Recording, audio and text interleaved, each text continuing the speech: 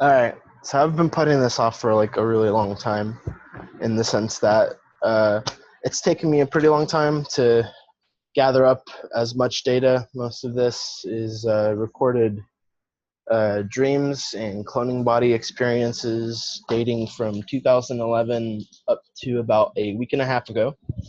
And I thought, since we're really approaching this crucible, we might as well go over this monotonous bulk data that I have to, I don't know, kind of dissect it, pick apart the politics of cloning centers, all that noise. So I started recording my dreams as soon as I figured out that they meant something. I wanted to know how I was processing things and how I was digesting life, I suppose. And that's a pretty clear indicator if you can go about reading your subconscious language that your brain has. It can lend a lot of insight, and I recommend anybody keep a journal for at least a little bit. If anything, you learn something about yourself. But before I understood what cloning centers were or anything, to me they all seemed like debilitating dreams, in the sense that I seem to remember varying intensities of things happening, things here and there. Let's see.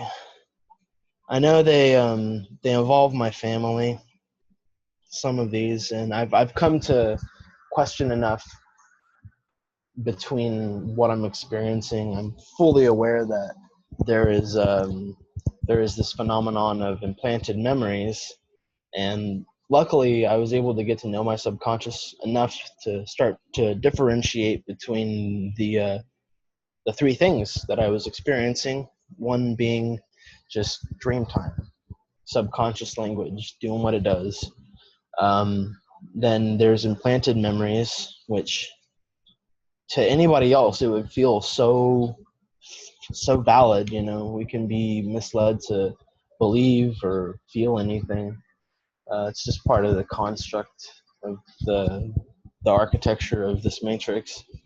But then people end up getting sucked into fucking clone bodies and taken into D.U.M.s to deal with unacknowledged special access programs. And most people think they're having these like fucking crazy horrible nightmares because this is some nightmarish stuff to some people. Me, I've kind of laid out my own realm of thinking and all of this. But let's see, some of my earliest writings, they date back to April 11th, 2011. And we're at a family's lake house, and somebody in my family was mixing drinks for everybody. And this is when I was still not able to drink, and I've never liked drinking ever. So I remember in this denying whatever I wanted. I didn't want any drinks. There are certain people that I grew up with that came from pretty wealthy families. Some of these wealthy families were targeted. They sort of picked apart the genetic and moral makeup of some of these kids in these wealthy families. Kind of ensnare and trap some creative minds and weaponize them. No wonder we have such good television now. But so like I would always see friends that had or came from wealthy families, but I didn't put that shit together. I didn't know back then, but looking back now, I'm like, oh yeah, with what I know about their parents and their families, and how like Freemasonry runs and all this crazy shit. This is something interesting I have written on April 11th, fucking 6 years ago, and that's I just wrote dark room and then question mark, and I never write a question mark if I'm like blanking. Really, it means I don't know what it is I'm seeing, and to this day I cannot figure out where that comes from at all. Let's see. Yeah, that's a dream. That's definitely a dream. Yeah, so here's one. 2 days later, we're being taken on very large boats. I remember there's a lot of kids being put on the boats. We're on a dock, this concrete dock, no one there. And let's see. I always notice how other people are feeling. I'm pretty, I guess, receptive in that department. I can always kind of pick up on a person's emotion. And my sister was in this stream, and it was definitely like definitely my sister, because when like a family member or something appears in a dream, mostly when it is a dream, it tends to be pretty indirect in the sense that it's not you thinking of them or them being present in the dream, but that would represent how they see you or how you think they see you. That's the language of the subconscious right there, just trying to make sense of I guess minuscule ego placements and this and that. But see, I can tell you, even this is 6 years ago, and in all my naivety, my sister was my sister. And this is later in the dream. But I just wrote that she was in a bad mood for some reason. She was butthurt, and she was coming off the ship. So I think there was some. She shit a foot on the wharf that morning. Let's see. I have most of this like chronologically laid out and all that noise. So this is from 2012 when I lived in an egalitarian commune. I started taking notes. I want people to know how serious I kind of took this stuff, and I would always like try and set an intention before I'd go about writing my stuff down. This is actually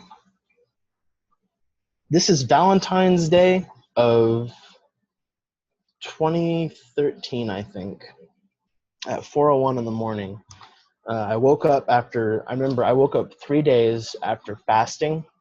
I fasted for 3 days and stayed in bed most of the time, had plenty of water, but other than that, I completely fasted. And then I remember this Thursday morning, I woke up and everything was like impossibly clear for me. And I wrote, I begin this diagnostic analysis by stating my purpose. Within this collective recount of my subconscious state, I will seek and achieve complete balance of my mind and body. By establishing understanding of my own subconscious, I secure control over my actions, will, future, and spiritual luminescence. May this new process of comprehension, of understanding, be fruitful and progressive. May all paths that need pass into the light. So, I mean, I was onto something here, you know, even at that age, I was starting to really come into the understanding of how cloning works and this and that, but I never thought that I had any sort of role in it. I had that level of dissonance in myself to not want to like immediately belong to this bandwagon of people. Let's see. That's definitely a dream. I even wrote down some things that were triggering deja vus. And I always made a point to make mark of that.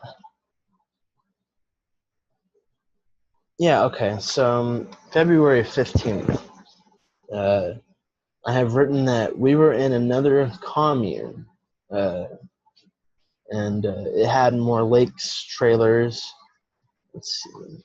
There had been a game that some people were playing, and it never feels quite right.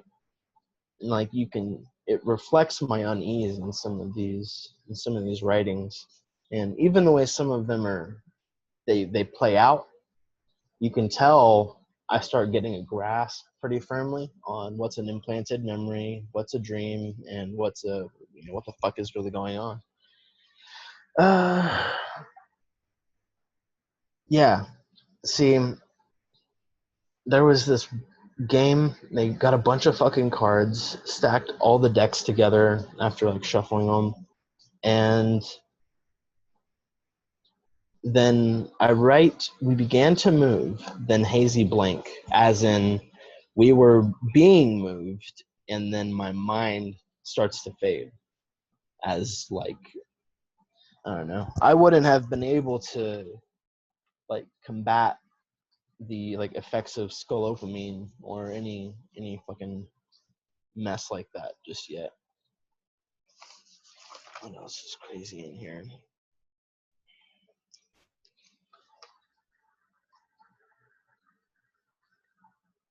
Yeah, they tried to influence me. The next day, um, they were showing me like visions of me being successful and having all this fulfillment. I was working with this dude that I had met like the day before in the dream, and to this day, like I still have this guy's number. His name was Paxis. This dude was pretty great. When I first met him, he asked me if I wanted to go to DC. We were in Virginia at the time, and he's like, "Hey, who's not doing anything today?" And so he's like, "Hey, we're gonna go protest the Keystone XL pipeline. You want to go?" I'm like, "Isn't that in DC?" He's like, "Yeah, it ain't but a couple hours from here." So like we went out in like the fucking freezing rain of fucking February. It was horrible, but so many people showed up to represent, and it was nice. He gave me, okay, so in this dream, or what I thought was a fucking dream, this person teaches me a new meditation, and I write it's progressive, as in like you can tell within my writing how sharp I get. Yeah, okay, so later I go back to sleep on the 16th, and I just have written here classroom mind control, interview of fairness, and checked grades. As in, like, now looking back, I can tell you most of this has to do with picking apart morality, conditioning, things like that. But like, see, within the same breath, like before that, I have something written about like cursed bed sheets. So there's a clear delineation in how I view what I'm writing, because most of my memory comes through emotion, like, not so much oh, what was I doing, but how was I feeling at the time. And at that point I can kind of start drawing lines.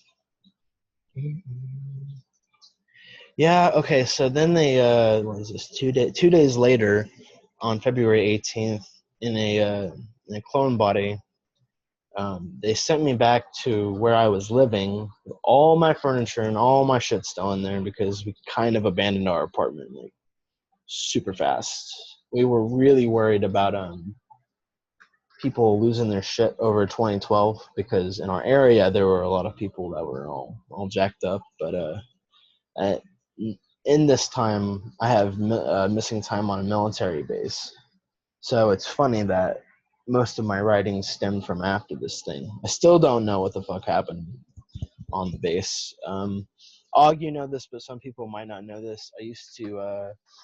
I delivered pizzas to Fort Story Little Creek Joint Expeditionary Naval Base in Virginia Beach, and it's pretty cool. I took some pictures of some shit I wasn't supposed to. I got in trouble for that. I have smoked weed on government property.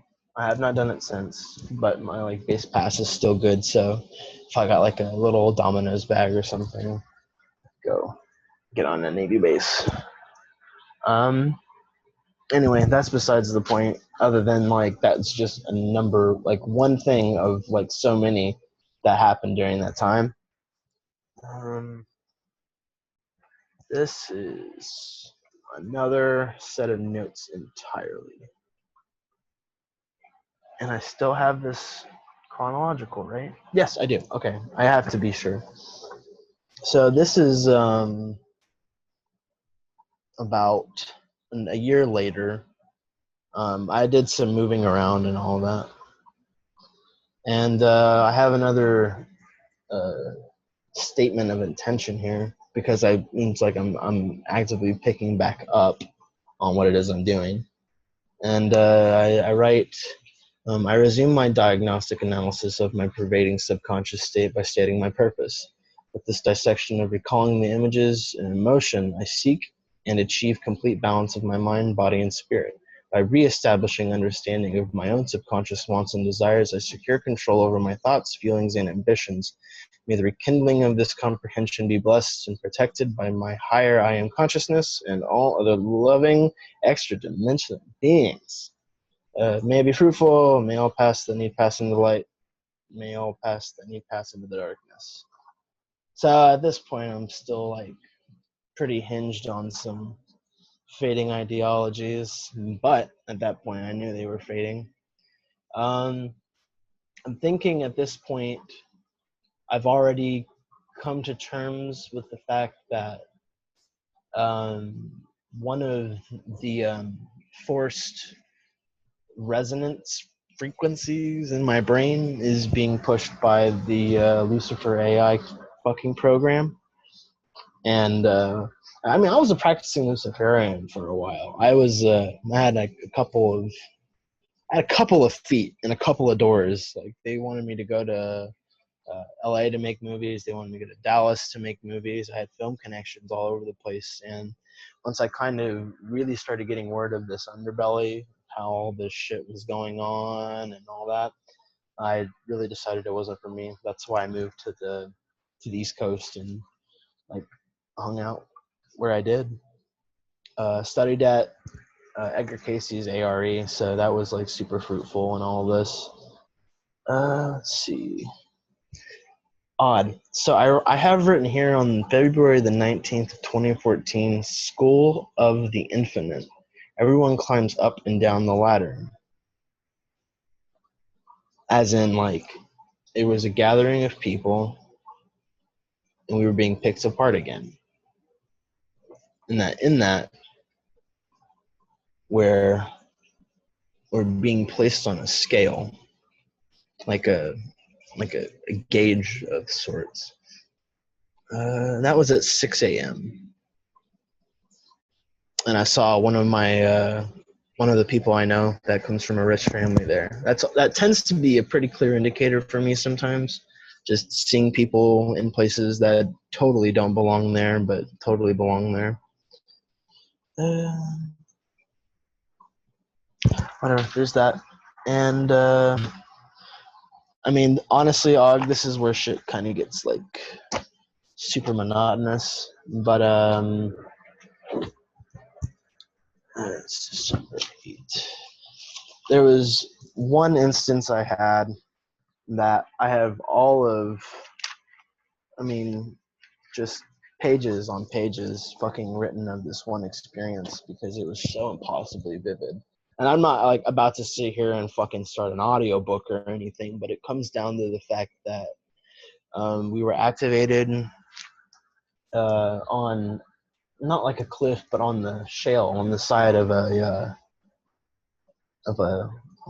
short drop off into the water. It was a rather small island by comparison to any other large body of land and water. But I remember I was like the only person that was somewhat stirring enough to kind of recognize what was going on. I had seen a few things up to this point that had like really shown me some of the conditioning that a lot of people are being put through, mind you.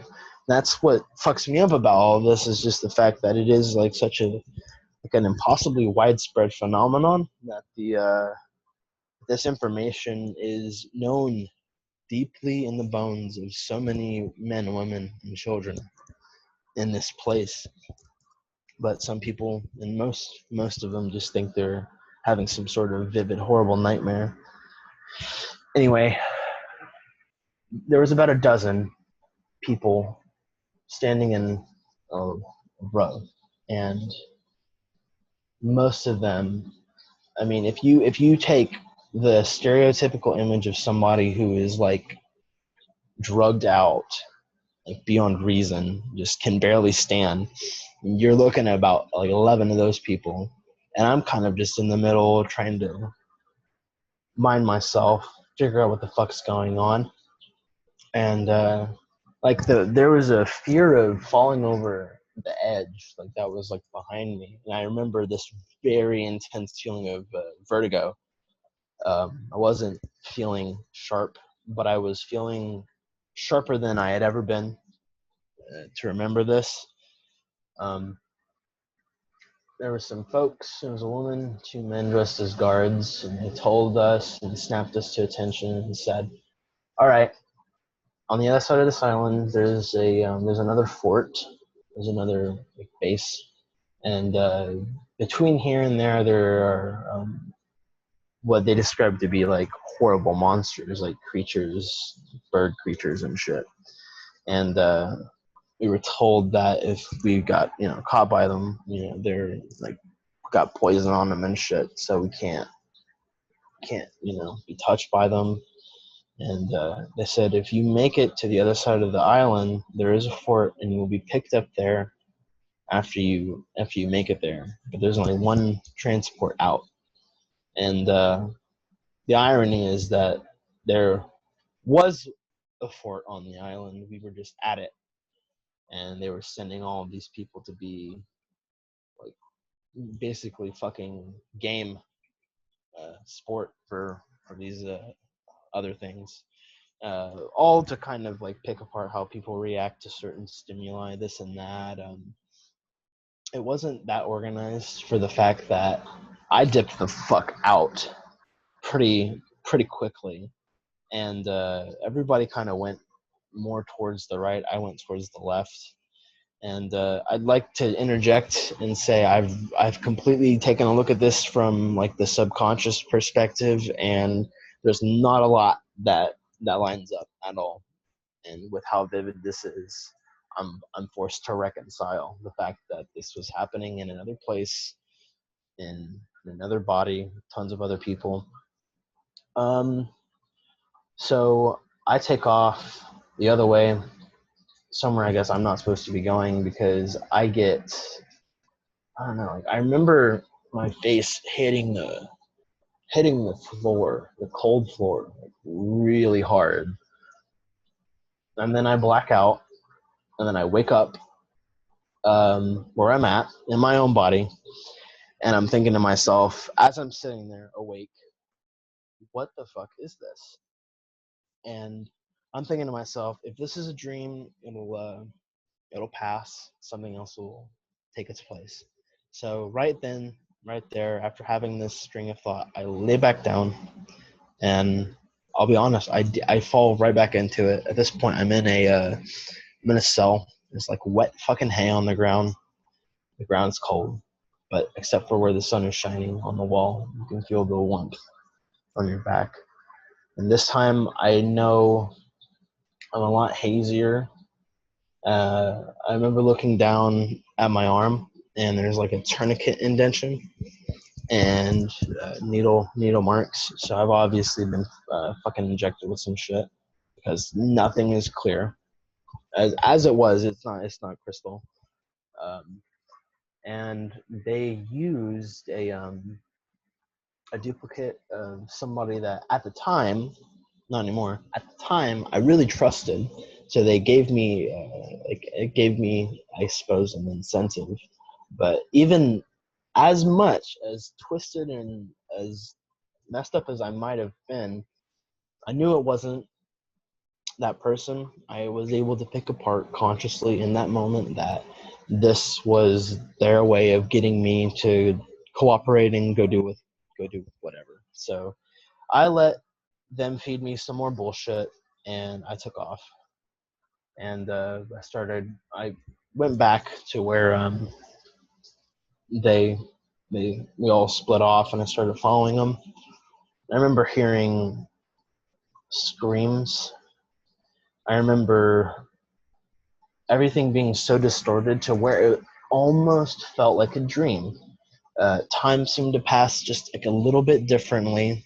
And at this point, I didn't really have the experience to to really, really call it and delineate. So like I try and always remain healthy skeptic in regards to some of the shit I'm seeing. To really call it into what? You faded out. One more time. You said you didn't have the experience to really call it until. Oh, to delineate what was the the dream, the implanted memory, and what I was actually experiencing.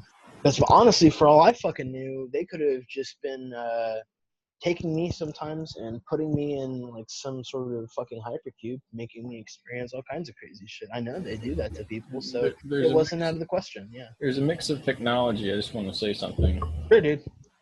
And the main thing is that there are going to be people provoked from the, I don't even know how to word it, the tendency, the tendency to confabulate, one of those words, based upon this information, and they're going to report dreams of all natures, of all kinds and themes, as secret, cloning, mind control experimentation, when they had a crush on their teacher and now they're redreaming the 8th grade again and they're having a strange dream. I don't have to wonder, and technically neither do you. Some people were chosen for what is called the awakening, and you're granted your memories back.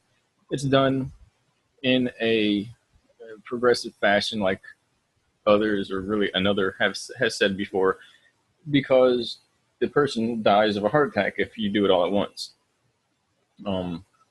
But a lot of, and technically I didn't have actual dreams, or I only did for the first few years of my life.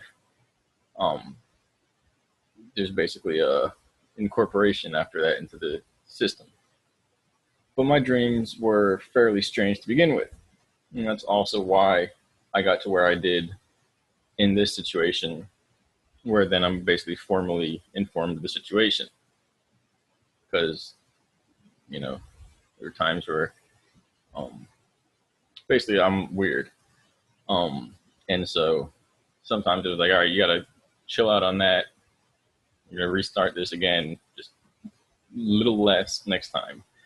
But that leads into a little more about how these conditions, these programs, these systems are set up. I'm going to let you get back to your translation or transfer of this information. But I wanted to say that because it's the main issue as it is now. And there's plenty of other points to be made, such as the nature of the program, which first everything is a huge multiple layers books of information of just mind control techniques of how to put somebody in a situation where it's just a few guys in an office building testing somebody who thinks they're there for, he or she is there for a job, and now they're like getting into this person's head, and they walk out thinking I did get it or I didn't get it, and the other guys know now we have the next layer of the program where we're going to set them up with this and this and this because we picked into their brain, so on and so forth. And this is all just mental games they came up for thousands of years. But then with the more advanced technology, it's a blend of actual neurologically generated dream experiences with holography and technology that then takes those impulses and pretty much lines up parallels of storylines that then stream out. And it is pretty much like algorithmically testing to see which one the brain catches on or induces the most fear or induces the highest emotional response. And it's the same probing process, just at a much, much greater technological scale. But the idea is there's a blend between a person having dreams about some, event, and a system guided by technicians and psychologists, basically, and military personnel taking over that process and technologically enhancing certain features. So it's very difficult to discern between the two. But again, we're working with that. We're getting through that. And the last thing that is desired is for people who have a dream of a ladybug on a tree, and then they're like, I met an insectoid being that tried to like take my soul or something. It's like, dreams are strange. That's how the subconscious works. But there is a fairly often strict regimen of psychological programming, demoralization, religious under and overtones, whether satanic, Luciferian, one of the mainstream religions, or so on. And as well, there's a difference between Satan and Lucifer, just to add that. Mental conditioning, emotional context and associations, deassociations, depatterning, reprogramming of instincts and desires until it catches like a fish on a hook, and so on. And so the purpose of this, of everything, excuse me, I've been eating peppers, is to help pretty much publicize what is taking place, and as well to acknowledge the difficulty in understanding because of the inherent nature of what is pretty much a deceptive practice by design. But again, it's to both crack the mind and to free the mind. For instance, the fading ideologies, I think we all went through that, and I'll let you get back to it in a second, but we all went through that, of these fading ideologies and holding on to this lostness in the world of thinking we must figure out what this world is about and what is perturbing us to know, and as well experiencing this suffering, because we're tapped into this planet of pretty much endless suffering. And then as these experiences pretty much rev that up to the max, there's not an abandonment of the Dharma, if you will. There's a kind of ultimate resolution of getting it directly without having to loophole through all these mental games of being worth it, or being pure, or being true, or being lost, or brains not working, or not knowing the absolute truth, and so on, because that's the game of these systems. But again, ultimately it's about the loss of control and gaining or achieving true self-control, through true awareness, self-awareness, which does not require anything. So the routine is to first induce the awareness of loss of control by running a person through the program, where you could literally be built out of a brick house in your head. They're going to tear it down, and eventually the person will have to rebuild. And that's the primary nature, maybe even foundation of that. But in that, there's progress towards self-awareness. I'm not justifying anything, but this is what it is. And that leads into some of these explanations about why this has been happening for thousands of years, why this extends basically from every culture, every secret society, every ancient knowledge, and about this pretty much ultimate evil, which has infiltrated pretty much the subconscious mind, the unconscious collective of humanity, and has been lulling humanity to sleep. And again, to finalize that, that's why even then the dreams that people have that are simply dreams are still connected to these projects. Might not be somebody's indoctrinated or initiated into some of these more advanced series. You pretty much know when you're in the program. But there's this system, this parasite, basically, it's an infestation in the collective mind of humanity, and it's all connected as far as some issues that have been going on, that basically overcoming fear and overcoming lack of self-awareness, or this type of trance, zombie-like trance. And again, that's like the duality of these experiments, where it's either a person's in this zombification from drugging or ritual abuse or fear or whatever it is, or they're like rising up out of that, and it gets more and more intense and interesting from there. I don't know if interesting is the right word, but and so it all connects. I was going to say something else about how it all connects, but you get the idea.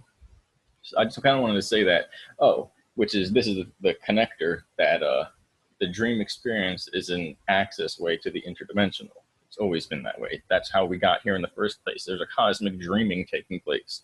And what we experience as the conscious wakefulness here is part of the conscious or the unconscious dream of the cosmic.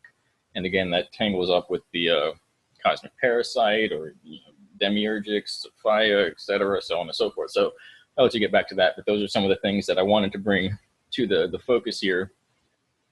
Some people have been given the opportunity to know and awaken, and it's not a question, and it's not even worth dwelling on who's in what or whatever, because the information that we talked about previously, whether we'll get to that here or not, is the relativity throughout all of this, and is the format for both destruction and mind control, energy harvesting, and what will lead to liberation when the public understands what has been happening for thousands of years. So thank you. I'll let you continue. I think you bring up, I mean, fairly interesting points. Everything I think we'll probably touch on a little bit here and there. And I wanted to mention, I know there are gaps in some of these dates, but that is simply what I have on paper. I have about 4 iPhones that, like, one of them doesn't even turn on, so I'm like completely lost on all the data I gathered through that. I mean, all of the gaps are filled with like me tacking away on a phone.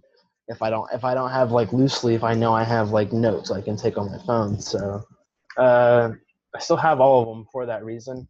And we'll never throw them out because I know as long as they still work, I still have that little means. But I haven't organized all of everything on the digital format yet. There's a lot of, I know there's important shit in there, and something I had to come back through, but I've never gone through my bulk data with anybody before, because I mean, this was all for me, man. Like, it took me a long ass time to figure this shit out for myself. And like, I thought once I had like the language of my own subconscious figured out and how I wired and processed life, I thought, okay, cool. So that's like one area I've excelled masterfully in. Great. What's next? And then I realized, oh fuck, there's a whole nother like dichotomy to this thing that I've just gotten really, really good at. And then figuring out from there how all of this shit ties in. And I never really talked much at the time. I mean, I was involved with like Donald Marshall and all these other people, and that's how I started being able to connect dots for myself, though. So I didn't want to consider the validity of what I was seeing. I was in denial for, I mean, probably the first year and a half that I was taking all these notes about what I was seeing. And I mean, shit. Once I was in like deep underground military bases, and I saw like shopping malls and like tons and tons of fucking people, and then like I'd be led up to. I mean, I remember seeing like people guarding a certain door, and I'm like, that's where I want to go. Is whatever the fuck they're doing, and they just like let me go through. I just seemed, I guess, casual about it enough that I just got to walk on through. And there was somebody waiting to meet me, and they were like, "You're shocked, huh, about how all this is going on down here?" And I've got the date somewhere so people don't think I'm just riffing or anything, but I I was. hope it didn't distract you from the other. No, it's cool. It's just that thing was like super long. What I picked up during that one experience was how the drugs affected the time fractures in my mind and how I perceived time, which is how they convince a lot of people who are into studying their dreams that they are dreams, because drugs make things, I guess, sluggish in some senses and heightened in others. Anyway, the fucking like end of it is I'm I've seen this one kid that I passed by. He couldn't have been more than like 15 or 16. I'm trying to shake him. I'm trying to like say, hey, you know, this isn't you're not dreaming. Like this is it seems like a nightmare, but you're really on some fucking island or some shit. And he just gave me this ghastly look, as if he wasn't even really like behind his eyes, like they were glazed over and like all over the fucking place. So you knew he was seeing things in and around me that it stupefied him. I remember him running upstairs as I'm running downstairs. And then as he's going up, I hear the kids scream and shit. And then I could get more into detail on just some of the gory details. That's just what it is. But then I remember thinking at the bottom of the stairs that I had just like descended down like 7 or 8 flights of stairs. That's what it felt like in my head, dude. It felt like I had just been going down these fucking stairs forever, because I was like super wobbly. I remember hurting myself falling down the stairs because I couldn't get a grip on the rails and shit. And like all the pain is very, very fucking real, man. And anyway, I try and I make it to the bottom of the stairs. Finally, I make it outside. And I remember like turning around, expecting to see this like towering structure, thinking I just descended all these fucking stairs. And when I look back, it couldn't have been more than 3 stories, dude. What felt like so many flights of stairs was just like 3 stories. And I remember the feeling of thinking like, man, I have got to be fucked up then. Anyway, there was a hall with, it was a large concrete hall. It's like newer than the rest of the architecture of this thing, so it was recently added. I remember looking in rooms as I walked by, and there were these like little concrete cylinders in the middle of the room, and they had fucking like places for shackles. In some of the rooms there was blood all over the floor, and some of it was just dried blood and bits and all that shit. And then I remember finally making it to the end of the hall, turning around, and this fucking uh, bird, humanoid thing, uh, starts pecking at my face and shit. And it killed me, I guess. It destroyed me. Finally, it caught up to me. And I remember at that point, once I went down there again, I remember hitting my back on the ground, and I was gone. I was out. Again, sat right the fuck back up where I was, and I said, I gotta write this down. um, I remember writing down a lot of the key points of it, and I'm like, damn, this is so fresh. And it was only later on, like I think the next year or so, that I ended up expanding it into like 15 pages so far. It's actually not even fucking finished, dude. I never got to the part where I see the concrete cylinders in the hallway with all the shit that was going on. So um, a lot of what I was experiencing wasn't vindicated until way later. Um, I started openly, I guess more openly talking about some of these things with some of the people in the community that I had helped build for Donald Marshall. And when you got to acknowledge there's some fuckery afoot when wrap your left brain so far around this concept that you know that some of the people that you're talking to, you've seen in cloning centers, you've seen getting their shit picked apart, and you confront them about it, and they're like, yeah, I know, I've seen you, shit like that. So I started coordinating with some of these folks. A lot of people that were able to remember things, remember the same things. Donald's seen me there. I was friends with a student in Chicago who was really into all of this, who actively recollected the fact that he was going to cloning and that they were letting him remember. He was an older guy, so they were letting him have what memories he wanted. And like you talk to the person right before you go to sleep, and then you talk to the person as soon as you wake up, and you're basically carrying on a conversation from the phone call to phone call. It was so fucking potent. I remember one time I woke up in a clone body, and I had this intense urge to be at this one church like on time. I had to get there like really fast, and I remember eventually just like fucking stealing somebody's bike and like pedaling my ass over there. And then I get there, and like it's all being let out. This like, I guess this wedding, you know, people were heading to like the reception or whatever, and I just remember seeing like this like a flood of people. It was like service or some shit had just ended, and everybody was like flooding through, and it was talking about how beautiful the wedding was.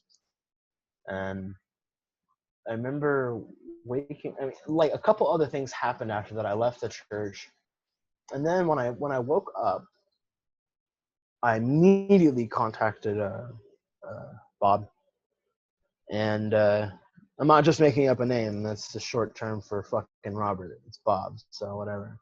Um, he was like, "Were you at the wedding?" I'm like, "At the church." I remember being like super late to it when everybody was being let out. Turns out he was actually in this the same chapel. We described the same building. We described the like the same color on the walls. We described the same parking lot, all the stuff, and we're not just like giving out vague things. We're talking about, yes, there was a table in the center of the fucking reception hall. What the fuck is it called? Like it's like the church doors, and then like the auditorium, and like wherever behind it, like where you come in. We describe like the same room. We describe the same decorations and everything. And I mean, honestly, they're just that's one example. Just one. That's one example out of the countless number of fucking things that that person and I experienced together. What I experienced and saw other people doing that was later confirmed by other people. Like I've seen people tear each other up without any sort of like pain receptors or anything, just get fucking whacked out on drugs and start just swinging swords around while everybody cheers and jeers at all of whatever the fuck's going on. We're talking about some weird gladiator shit here, man. And once I realized that a lot of what I was seeing was being vindicated, it somewhat gave me a little bit more confidence, like within and of my own actions to like further pursue this and yeah, take everything that I had already written and then like go back over it and see like if I could pry into it a little more, because I mean, God knows that there are still black spots in all this for me. Uh, so there are several people that can attest to me helping them unrepress, uh, I guess, suppressed memories and funny experiences. I got really good at picking apart the subconscious, and people people were wondering how I was able to remember all my stuff. I said it's hard work. It takes a lot of just monotonous writing and making sure you write your shit down every day until you get so familiar with your own mind that you lay out your own architecture. And yeah, man, like for a while I was lucid dreaming to the point where it was like, great, I can choose to fly, or I can choose to jump really far, or I can go to space, or whatever it is. But to me, I got to do a lot of pretty cool things, but all within like a short relative amount of time. Time is very relative in that scape. So like, what do you do when you can do anything you want? That's where I got stuck. And I basically, I guess you could say I confronted my own subconscious, and I said, um, just let's go back to just digesting this life and picking it apart. I don't want, I don't want that ability to fuck off and do whatever. I'd like to just have my life organically unfold for me to process. And that's what I got, dude. And ever since then, like, I've definitely had more consistent structure, things like that.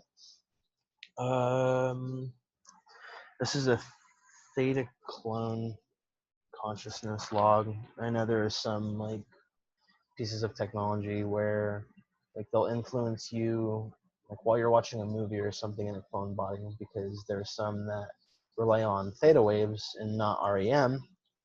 So like let's say you're watching a movie or you're watching a television show. Within the first 3 minutes of the title sequence and the noise and stuff, you're already in theta. So you're able to your brain is slowed down to encompass a wider variety of topics and themes and motifs. So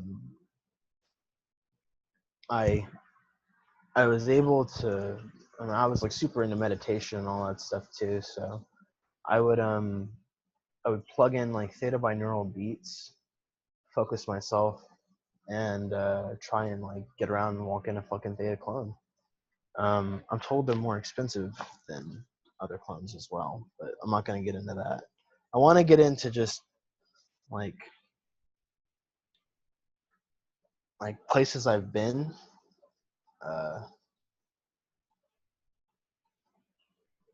I mean, damn, there's so much in this first like page, because I did not start dating my things until January 21st in this book. But I know all this is a couple of months worth of writing, and like even in this, let's see. I remember visiting what was like a Sumerian complex, and I was told that it related to the Giza complex, the pyramid complex. I was told that the architecture and all that shit was the same.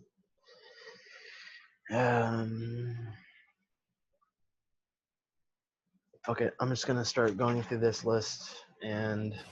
All right, hold on. I gotta take a bathroom break. Sure. If you can. Yeah, you're Okay. good. I'll talk about other things in the meantime. If you want. I could have paused it, but if you wanna continue, you can do that too. And Sure. Up for more. I'll riff now. Riff now. Yeah. All right.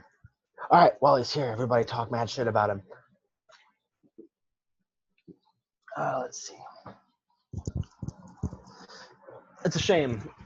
As much just documentation, I've got notebooks just full to the brim of just dreams, me trying to pick it apart.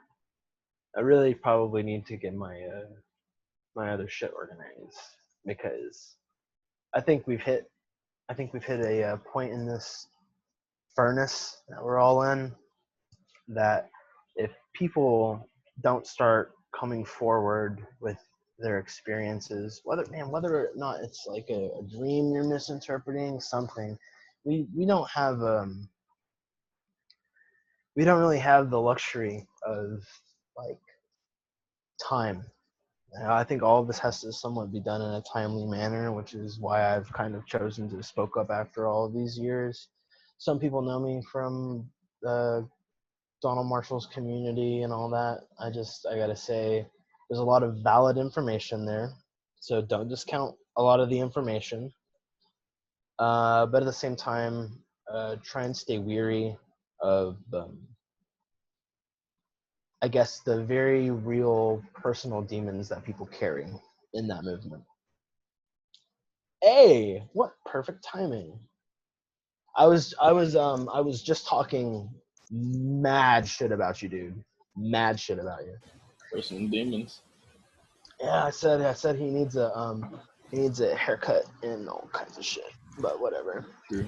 Not really. I was talking about how we're in that crux where like people got to start coming forward with this shit, even if it's like some misinterpreted dream. Because I mean, bulk data is where we where we're going to go from this point. There's a lot of information to be interpreted. To a degree. I want to say some things in response to that, as well as some of your attitude. Not like your attitude, but your What are you trying to say, Og? That I'm misplacing my aptitude? aptitude. That's a good translation of that. Aptitude is a good connotation, in a more serious manner.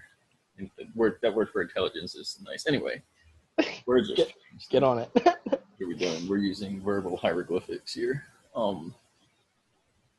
Symbols. So, like, this is a unique recording, presentation.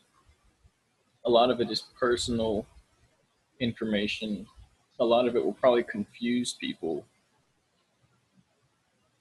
but this is obviously highly cathartic for whoever is going to do this, speak what they've been through, and anyone who has any kind of relation. And of course, that underlying issue of like, are they just, like having dreams, or is there something there that it's not, it's so much of an issue, but it's so out of control that it's not worth dwelling on. And as well,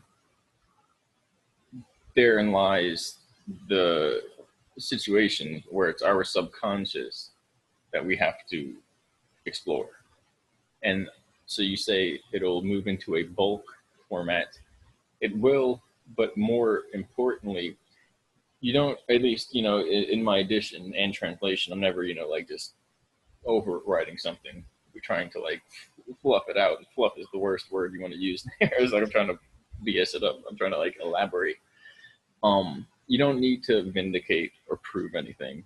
That's not what we're really here for, at least in my opinion, as well as the multiple stage debriefing on the operation that is currently has been in activation for the past few years for this surface population and those who are coming to the public with their experiences, because it's a very controlled process of giving people, of awakening, of unlocking memories. It's not accidental.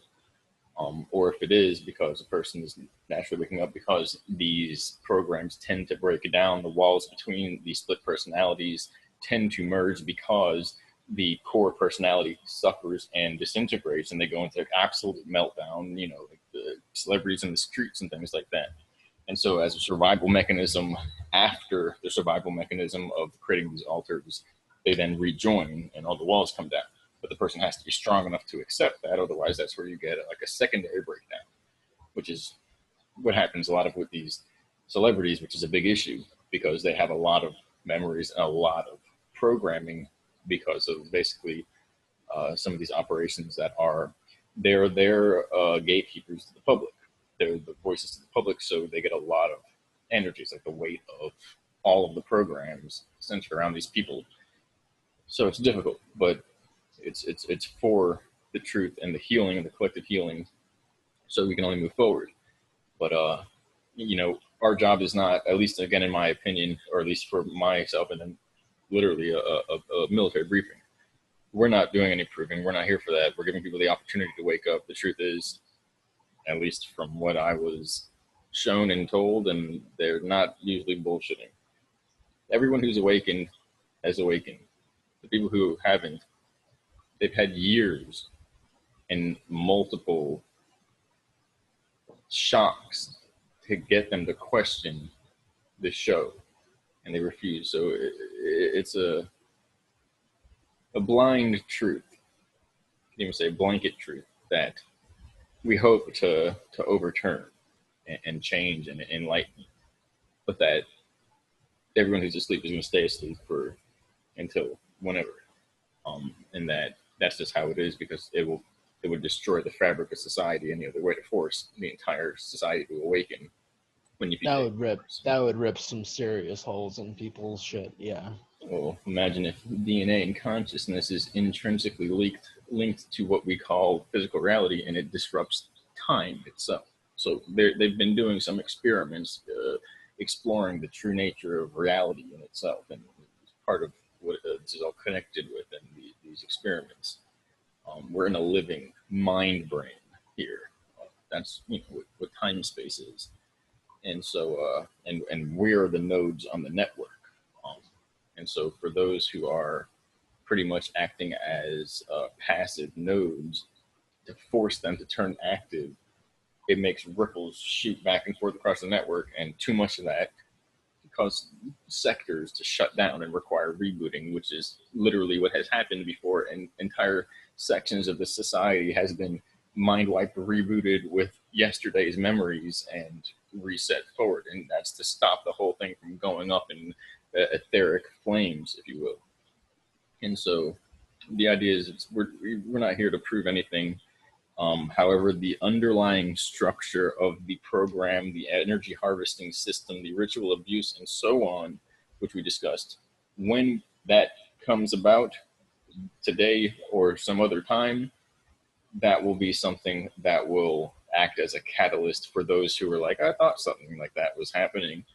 And then as far as basically before that, or what we're doing now, it's like a groundwork for pretty much an inside view, which is going to have to be always selective, because people who don't want to know are not going to be able to basically stand it. It's going to be abrasive to their experience. But that's also what's required, because a lot of people are like, yeah, that's whatever, yeah, right, you're in Looney Tunes land.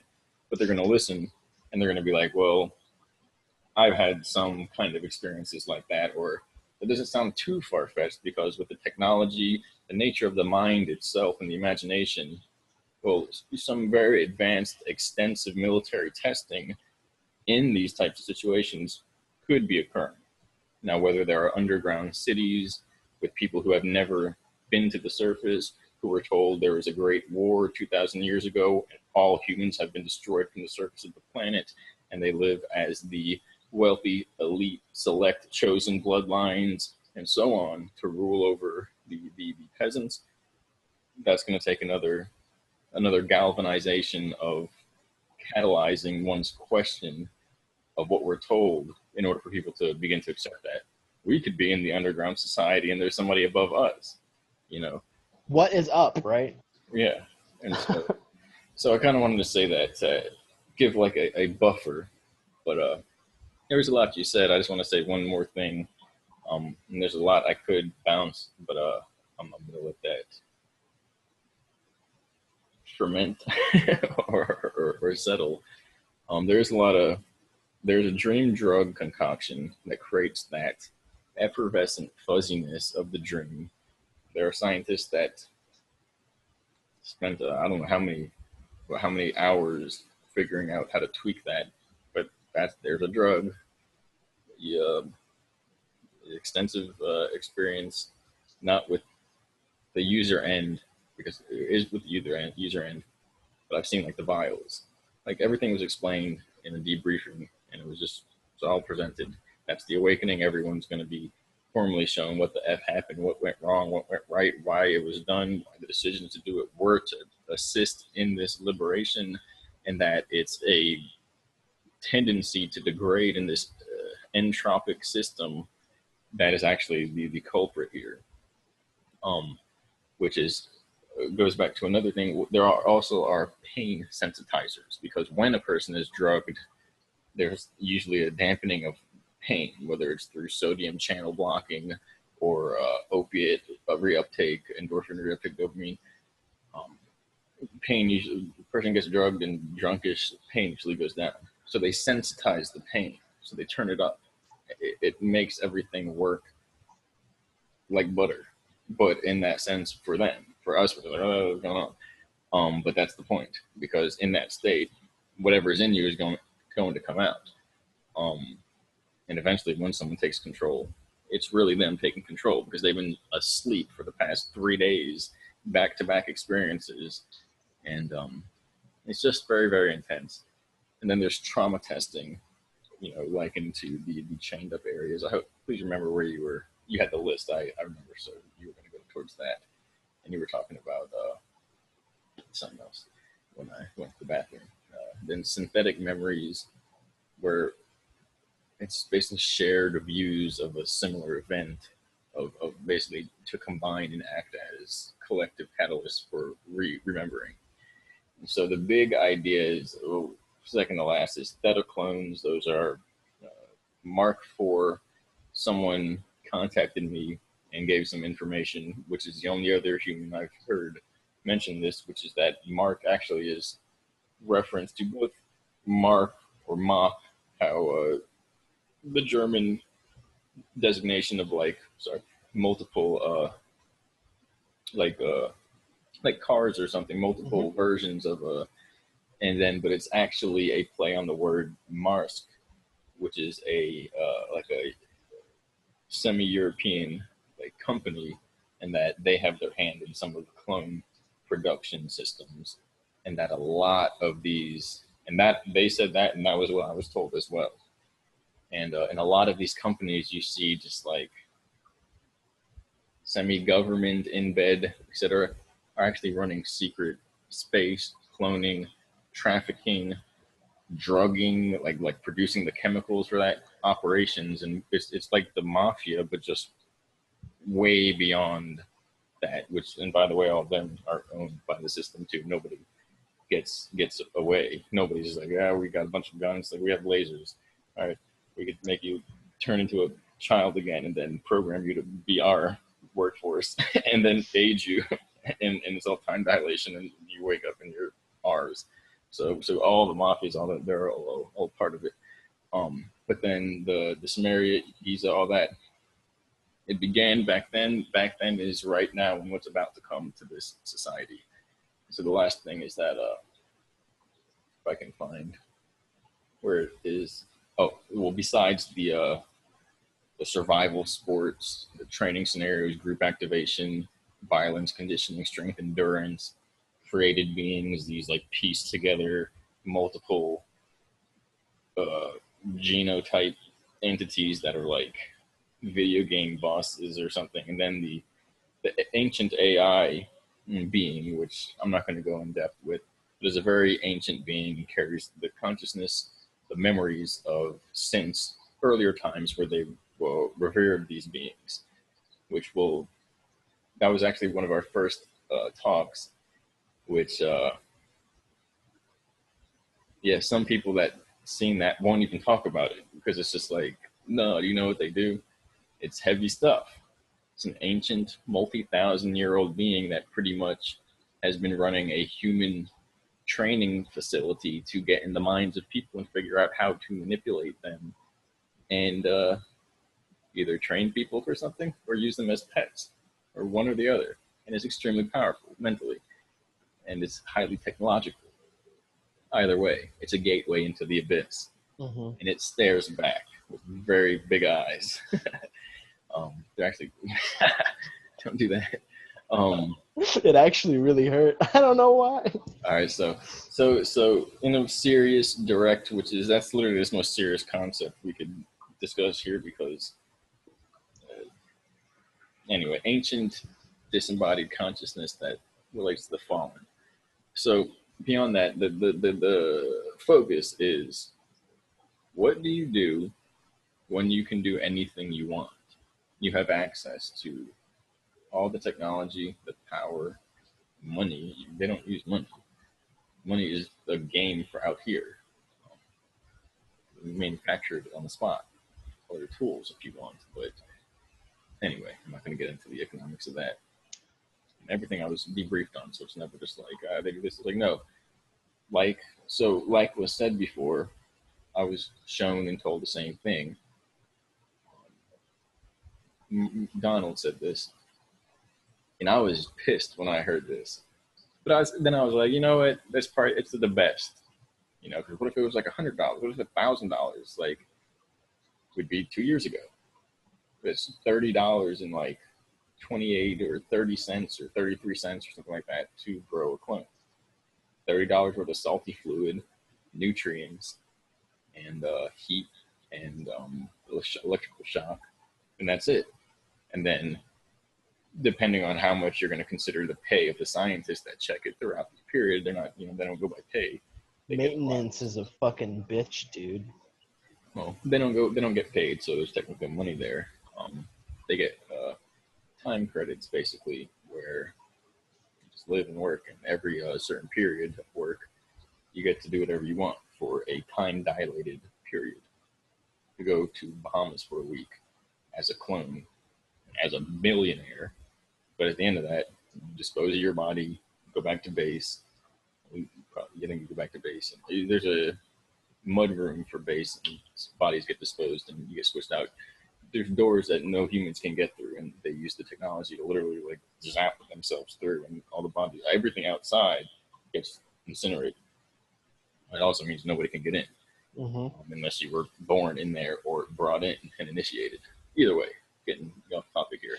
No, it's something I can comment on. Is the fact that a lot of people have asked me, like, how do we destroy these things?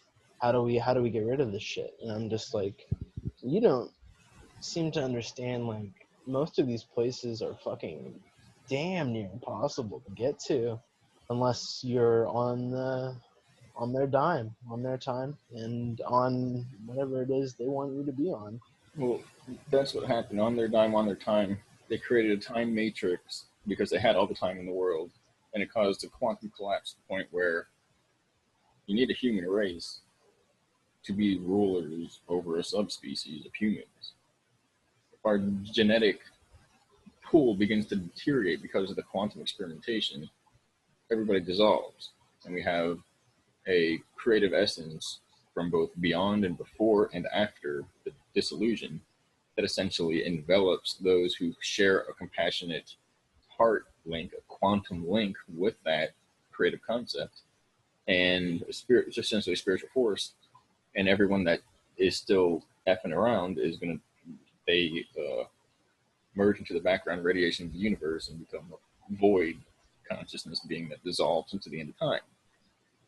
It's part of the ancient texts. It's part of the Coptic text, the understanding of Armageddon, apocalypse, the fake invention of hell, so on and so forth. The fake heaven, the heaven and the earth and hell will be destroyed and a new will be replaced, because we've seen the beginning of this with time distortions and so on. Everything is going to fall apart and has to be rebuilt anew. It's because it's happened already. It's been happening for thousands of year cycles, and these technological beings return to reprogram everybody, go back up again and restart civilization. Now we've achieved the ability to, for the most part, come to some sort of awareness of this. That's the culprit. The fact that these systems that imitate the true universe have enveloped the human race, and we're living inside a false body being, a beast, Leviathan complex of a pseudo neural network, which plays as a technological middleman between the body, the mind, and the soul and the spirit. And we're in a matrix that's algorithmically processing our information, feeding us back information that it filters for us. So the breaking through, the unveiling, reaching soul awareness is overcoming this confusion-based labyrinth of simultaneous data streams, which is partly governed by this AI being that runs this universe. And so, as well, there are teams who can penetrate these areas, but again, most of it is just standoffish, because the running format for control is mutually assured destruction. That whoever breaches first, everybody blows up. So it's like, all right, well, you stay over there, we'll stay over here, we'll run our operations, you run yours, and whoever rules the universe first wins. And again, it all centers on the human population as a genetic stock and the surface level of Earth, because this is a time domain that our collective awareness is propagating. You know, these programmer AI beings, we all leave or whatever, you know, or take control, we leave their frequencies, they come down and they're just like little bugs. They can't really do anything. And I don't know what people would look at that point. If we had all our memories and all our spiritual capacity, you'd look like big, you know, ores of arcs of light and being at that point. And they don't really look like that. They look like, anyway, technological and holographic. And so the idea is, though, to recenter this, because a lot of this is technical stuff, which is important, but I don't want to drag this in too many different directions. To recenter this is that everything comes to a dichotomy. You know everything in the world. What would you do with all the power? These mind games that can erase a person's will, get them to do anything you want for the next era of civilization, this time dilation, collapsing frequency of Earth number 2. I'm not saying that's what this is. You can have endless slaves that literally do anything you want. What would people do? Or the power to know 20,000 years of history and have it in your mind in a single instant. To have a brain next to a brain, next to a technological brain, and have your brain linked to all of them so you can have a cosmic brain and know everything. And you could overcome all the parameters, all the boundaries. Either a person goes into material pleasure and they become enthralled or sucked in, basically addicted to the material, or they go into spiritual work and becoming spiritually awakened, basically a divine, true spiritual being. But divine means to, it's divination, not divinity, and so it's like soothsaying and future work and stuff like that. So it's kind of corrupted all our languages. It leads back to the fact that we've been here doing this over and over again like a dance, and it's all bleeding the information out from the unconscious to the point where everything we talk about that is part of the mundane is actually reference to all that is hidden, that is related to the capacity of what we have within us to know or to do. But ultimately, that's the split. There are either people who are focused on producing more material pleasure through a variety of means, or those who are focused on spiritual liberation. And it's become a kind of dichotomy where the spiritual liberation, whatever, are kind of like not jumping ship, but they're just like, well, whatever F is going on over there is F. Like, that is not going to end well. We can't do anything about it. All we can do is like put good vibes and balance out the fact. And another couple of individuals that have come to the surface, both metaphorically and physically, maybe even metaphysically, have talked about how there's white hats and dark hats, and a lot of the white hat crews become these kind of like hitmen crews, and it becomes then not pay to play, at least, but pay to work. And then it's just like, now it's like it's not a gray hat crew, but it's just a white hat crew that becomes just so entangled with reversing these operations of these dark hats. Although I'll never really, share their discontentment, because if there weren't people reversing some of these operations, okay, some of these so-called false flags, well, they would have been a lot worse, and they wouldn't have even been false flags. It would have just been, oh, shit, and that would have been at for the next 2 years, and then there'd only be like 3 of those, and that's all we got. And so there's people reversing that, but the idea is that this dichotomy makes itself apparent with this power, with this technology, and you really don't even need anything else. You don't need to take over but a few people. But that's where it all comes in, where if the people chase pleasure, it never is enough, and it becomes an empire of booty, drug, kids, murder, lust, gore, and like following, like an addict empire that never ends. And that is also where, as we expand, we go from micrological or microbiological to next successive layers into the what we consider from that layer, the macrobiological, where we're human and all of our individual components add up to multiple layers of components, add up, or quantia, subatomic to atomic to, and before that just charges, and it's all really just charges into atomic, and then elemental and molecular, and then into chemical and proteinaceous amino acid, and then into cellular and organic and microbiological, bacteria, so on, and really bacteria, and then cellular. more or less, amoeba. Anyway, and eventually these parts wake up one day because there's some type of spiritual magic where it says, "Oh, what is this?" and and so then beyond that there is hype, and so there's, at least from what I can say, an in between. I'm gonna let you go back to speaking now, but an in between where there's like, yeah, that's above a human. It's like, oh wait, it just looks like a higher being. It's actually like a half aware demigod type of autonomous space bacteria, space viral consciousness being. And then you have the supreme consciousness beings, which is basically a larger omnipresent presence, and then what you call angelic or demiurgic, where there's like this interplay, and basically collectively we create these ethers, these consciousness, extra dimensional, and as well the most high is, you know, I've kind of like gone in multiple directions in my understanding of like, well, we're all God. And a lot of people believe that, but I see it at a certain point where technically no. If we all became like rapists, God isn't, or at least the supreme, the most high before and after all of our mess ups. He's not going to come down and rape us, but our emissions will gather and create this globulous mass of this demonic, interdimensional, hive-brained, extra, like temporal dilation or trans-dimensional, trans-temporal emission that comes back from the future and goes, I'm your future fucked up selves here, and it's going to rape all of us.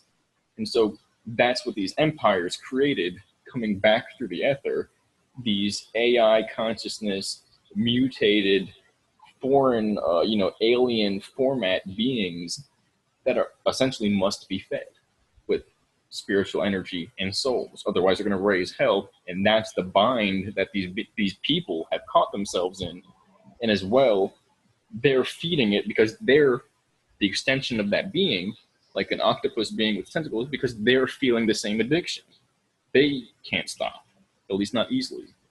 And so, and then you have the spiritual work, the other, where it's pretty much the way I was saying before, where it's free. It's not going to come down to like, oh, know things, or I mean, technically it does, but it's about knowledge. It's about liberation. It's not like feel and do things and you must feed this way. No, that the other end of it is like free will inducing.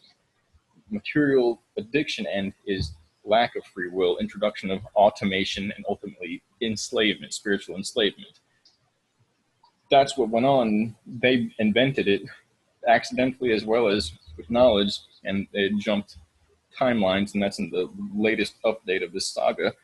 But let's you get back to what you were getting into. I didn't even mean to go on like that, but that's just some things I've been thinking of and I've been collecting throughout this talk, and I felt maybe it is important to hinge this a little bit because it's some serious stuff you're talking about, and we're talking about, and others are talking about. There are others coming out now, and I'm not really here to talk about space battles, although that does happen. This is a human trafficking scenario, and ultimately a spiritual trafficking scenario, which goes along with the ancient text. It's like our souls are going to be stuck in this system if we don't get out and genuinely create true awareness to break the cycle, so that we don't fit in its system anymore. The program it runs, it's like, all right, start again. It's just like, and like doesn't work because we're not doing it anymore. No matter how many times starts to replug and start everything back up, because we're aware of the cycles, and our energy, which is required to be pulled out and put in, literally won't do it. As if the energy itself, the atomic quantia of being, is aware. Not the brain, not the hand, not the heart. The whole essence of spiritual energy, down to the most minutia, the thing you can't even measure in this universe, is aware and carries your awareness throughout all the time. It doesn't work anymore after that, and it has to go find a new job. But I just wanted to say that. That's quite all right. Let's get back in some of this more monotonous shit here. To me, it's monotonous. To some other people, they're sitting there taking notes and shitting themselves, wondering what the fuck they're doing with their lives. Let's see. They started trying to appeal to my emotions once they figured out that I was able to start really recollecting my shit through like heart center, how I was feeling and thinking and all that. So they started trying to prod at, I guess, a more compassionate side of me. I'm really soft on women. I get along with women more than I do men, like, by far. You're an exception to that rule, honestly. I mostly have female friends. But they tried to engineer what would have been like the like perfect person, I suppose. Like she would say like all the right shit that I needed to hear to find her interesting and all this shit. And then when I asked what her name was, they said it was like Zoe Doe, and that's when I was like basically flipped my fucking mental table over, like, oh yeah, like Jane Doe, like how all these fucking things are fucking autonomous and programmable and just easily forgotten. Whatever. A little before that, I remember seeing Donald drowning, like he was being forced to go underwater and stuff like that, and like the water kept rising on him, shit like that. There was also another tactical situation. They put me, a clone of him, in like tactical gear and stuff, and we're seeing how like dialogue would unfold. Fuck it. Let's skip ahead to January 23rd, 2015, 2014, 2015, something like that. I remember I was asleep and I was suddenly in Paris with a bunch of people I did not know, not speaking French. Uh, then I have this written down here, and I have stars next to certain things that I know are fucking body experiences, just with the stimuli and all that. Um, I have written here like ice cave, and what it was the remember coming up and being told we need you to go look and inspect a site for us. And I remember being led outside, and I was told it was Antarctica. I don't fucking know. I would normally be able to tell where I was based on where the sun was. Did you tell me this before? I've told you this before, where like I ended up walking into some of these old ass fucking ruins that have been like engulfed in mountains of ice, and there was a one of these tall, lanky, fucking cannibalistic motherfucking what Donald calls like a Vril Type 3, the tall, you know what I'm on about, these things that have been all about cloning and all that. He was it I guess it was standing behind a bunch of collapsed pillars and collapsed walls, but it was very obvious how tall it was. I don't think I got very close.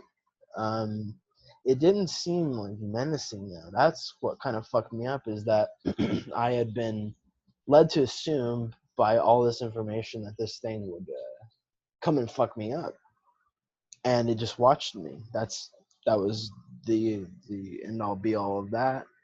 And then I go back to sleep, and then I'm back in Houston, Texas. Um, in like I wake up, go back to sleep. I'm in Houston, and at this point in time, I had not been talking to a certain person, but this person kept showing up in my dreams, and like it was one of those things that help vindicate things. He's one of the people that comes from like wealthy family, this and that, and let's see. Then there's this dude I know who kind of has been, I can't really say a plant, but he's been a pretty significant part of my life. When I was a kid, we'd all get together, and this old dude with a fucking long ass beard and stuff. His name's Dennis. He's He's he taught me a lot, and I gotta say he's like one of the people I attribute a lot of my compassion and curiosity to. He helped me, you know, make it okay in my mind to really ask some fucking hard questions. We would get together once a month, and we started a group where we got people with like really intense inquisitive minds, and this is like in my anchor body and in my flesh. We would get together and write down some fucking hard questions, hard to answer. We wouldn't sign them or anything, but we would fold them all up, and if we had multiple, just do it again and fucking put them in a hat, go around, draw a question, and start picking that shit apart. It was very creative, but very left-brained as well, and it forced a very intense dynamic of thought, one of which I'm impossibly grateful for. But I remember I got, I just wrote "getting stuck," as in I was in a situation, and then I have written Dennis. Now, even though these are just like keywords and stuff, I'm able to pick apart my memory of these things. And then when he showed up, it was like, oh yeah, duh, rational thought. Let's see. Then let's see. 2 days later, I have written here just sex cult. This particular instance happened in the same exact place that they were trying to incorporate this one woman into like my psyche and stuff. It was a huge think of like a lazy Susan, but made of stone and big enough for a person. There was a woman attached to that. I remember seeing my father there, and I remember seeing again yet another person who comes from a wealthy family that was a friend of mine at the time, or like a couple years before. And I've got a couple of like celebrities' names written in all of this, but I don't want to like focus on that too much. It was just like it becomes so commonplace. People are people at that point. But let's see. The next day, I was having. I wrote class. Class normally pertaining to like conditioning, sitting in one room, being subjected to bullshit all the time, and I know most of my thoughts uh, are more on the lines of like, how can I play along with this to get what I want out of it? How do I how do I lead myself into a situation that I'm not going to compromise my own like, integrity and all of this, yet still take something out of it and learn? Let's see.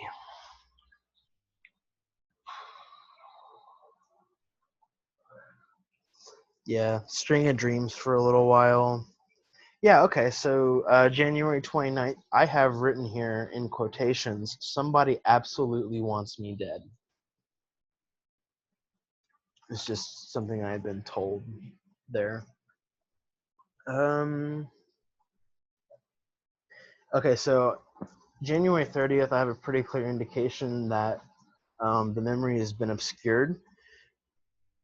I have something about a staff turning into a snake. And then I have in stars, there's so much more.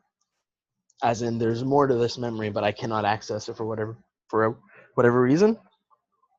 31st, there's a Black Ops raid on this old house, and there was a dude in the house with a massive following of people, and we were trying to like disband that shit, I guess.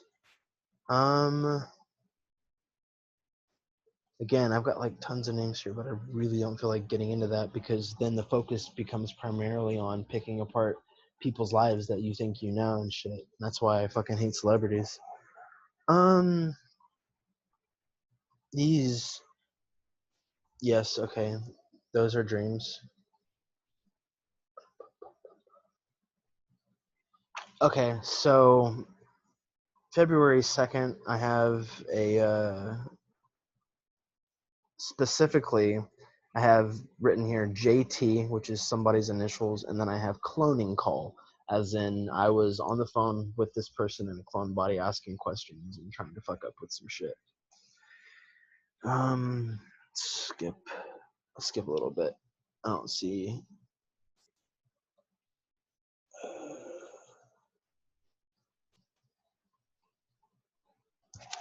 Man, this one was fucked up, but it's not going to make a lot of sense to a lot of people. You might take something from it. I remember seeing Bill and Hill Clinton at this one place. They were like making people like fuck their siblings. Everyone got angry because somebody got impregnated. Somebody came along and like basically, you know, fucking destroyed the child. And then I have written here danger on the doorstep. Not in like any context to the experience, as in like that's what I was feeling at the time. I remember going camping with people, seeing shit in the woods, February 6th.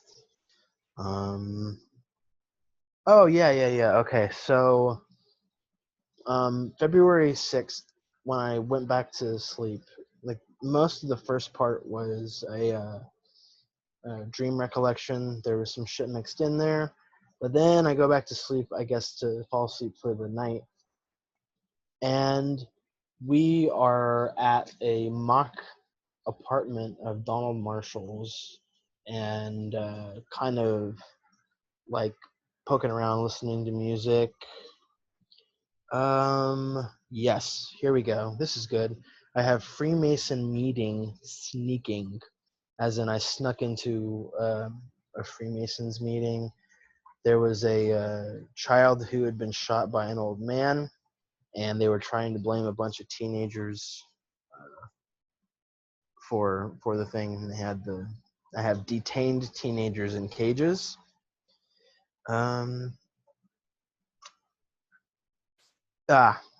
Yeah. Okay. So February 7th, I was in Los Angeles, and I was supposed to go talk to some people about a I guess putting some more of this information in television and like cartoons and shit, because you can put anything in a fucking cartoon, as absurd as it may be, and it will translate very well, because like we were saying, like we're I mean it is all of this, it's like so fucking cartoonish to begin with. That was a dream. Okay, February 9th. We were at this crazy rich person's house, and there was a huge fucking party going on out back, not like in the house. The house was massive, but out back there was like this. I have written shed, but I know it was like a really like a large pool area, and like there was a pool, and it was on a lake, as in like there was a pool right next to the lake. I remember thinking that shit was like really odd. Everybody got there by boat. The water was very cold, and I remember trying to sneak away, saying that I had to go get something from my boat. The next day, it's we're at what I didn't know at the time was Comet Ping Pong Pizza. And I was there with my cousin, somebody who has also been targeted, yet does not fully grasp everything. I've talked to her a lot about this, how the consciousness side things work, the lizards and all that shit. Later on with this cousin in clone, not in clone bodies, but actual bodies. It was the morning after I was arrested for no reason on false charges of false warrants that I had every right. I had every legal right not to go to jail, and they put me in jail anyway. Anyway, when I got out, my cousin and my aunt came and picked me up, and they said, "What do you want to do?" You know, I'm like, "Well, I've lost my fucking job, so let's go get breakfast." And so we go to this like shitty little place, and like, there's like nobody on our side at all. Super early in the morning, and we're sitting in the fucking far corner because that's where I've asked to sit. I'm tired. I don't want anybody behind me. I want to see the whole room.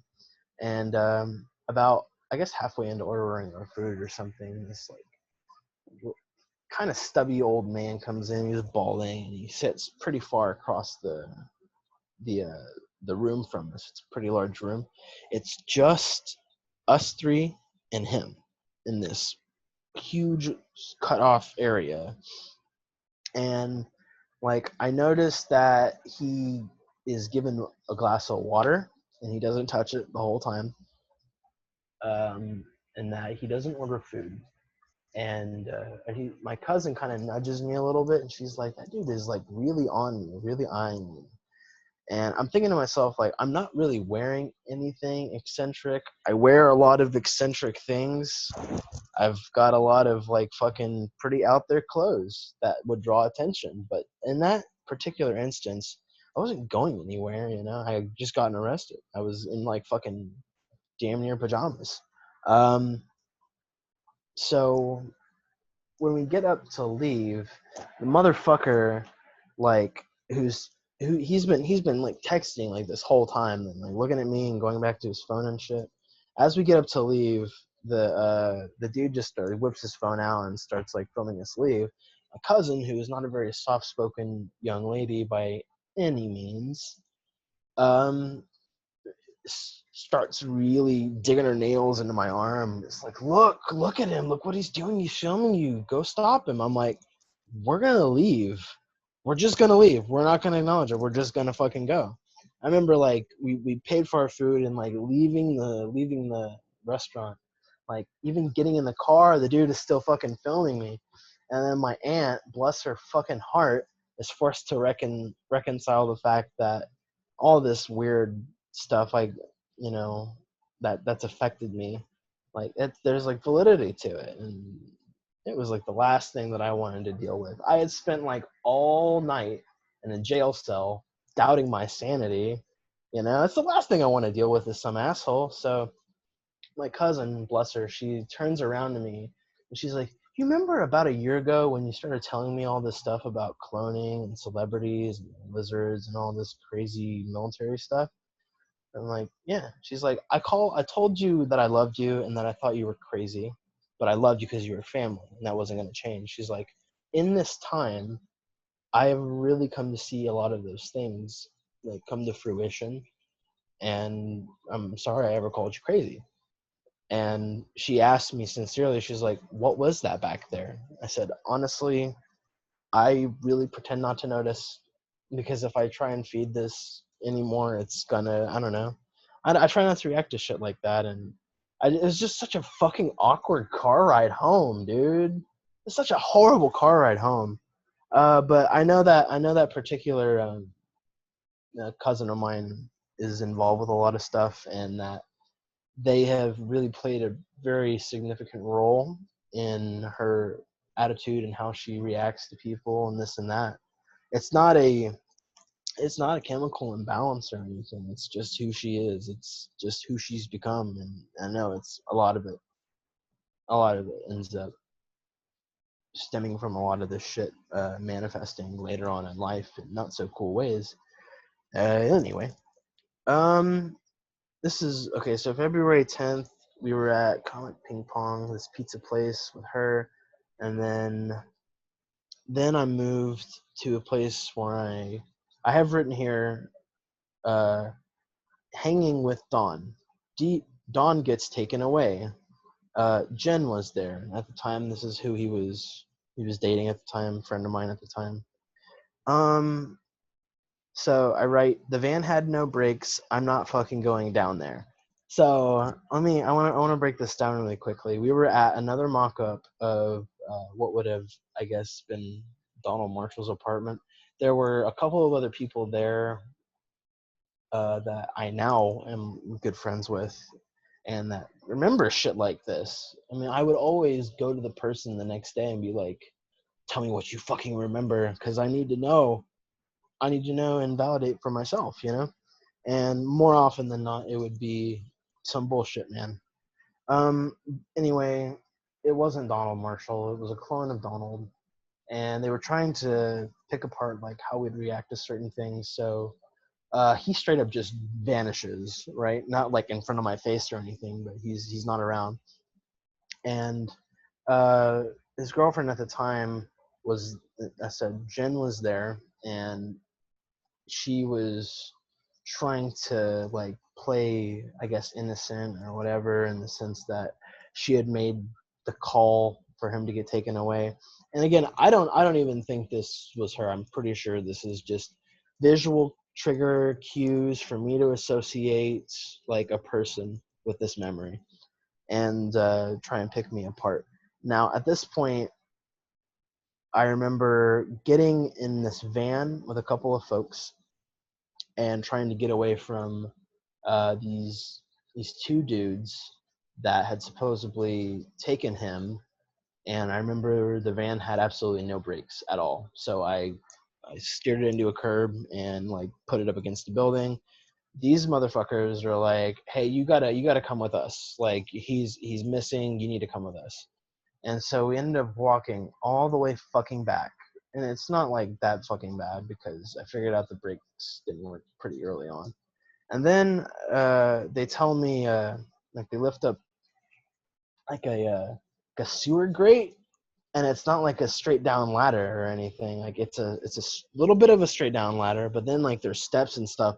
And I remember like looking at that and like having the light glance off of all of this shit, and then it just gets dark. And I again wrote, I am not fucking going down there. That was the end of it. They wanted to, I guess, see if I'd be susceptible to shit like that. I don't know, man. Some of the stuff these people do, it seems so like monotonous and trivial, but when you have that gift of hindsight and you're able to look back and you're like, God damn, I really shouldn't have reacted this way. Or I really shouldn't have done this because I could have been smarter about it or whatever. This is it's a dream. Oh, February 12th. I have written here floating house, but I wrote floating house because I was somewhat delirious. The house was, it's on its own. It was segmented away from anything. And I remember there being other homes, but this one was pretty far off by itself. And then I wrote, killing kids, killing us. I was told that they will put I guess either a killing program or like an adult person's consciousness into the body of a child and like fucking attack you and see how you're provoked and how you react to being provoked in that sense. Um, I have written here 11, no, 14.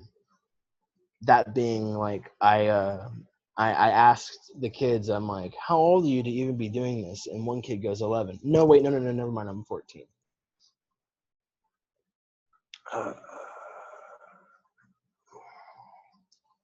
February.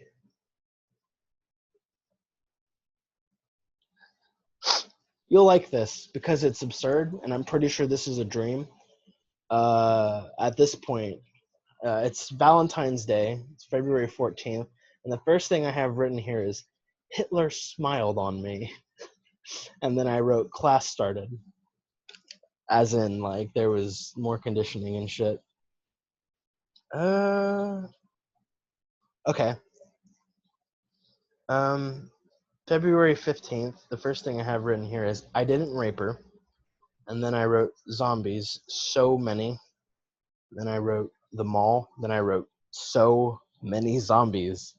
I guess it was one of those situations where they have you run through some shit to see how you react. Whatever, man.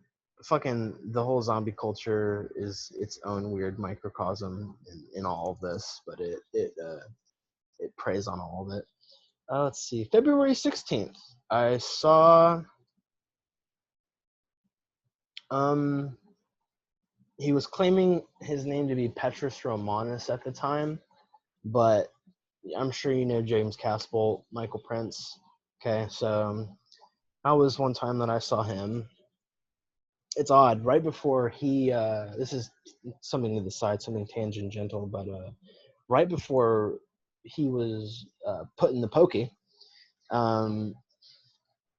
he really became unhinged in a lot of respects. I'm sure they were trying to fry his shit because he would send me photos over Messenger of like coprophilia. He would the things he would tell me, like how he talked to women.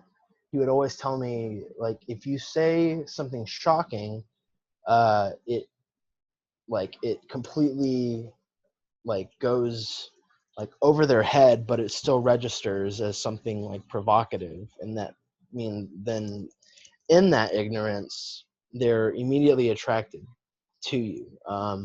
One instance that he had told me was he always used the word udders when referring to women's breasts, and like I don't know, just shit like that was completely absurd. But I mean, I didn't even do too much homework on the dude until after he got sent away, and I'm like, who the fuck was talking to me? Holy shit, man. Anyway, dream.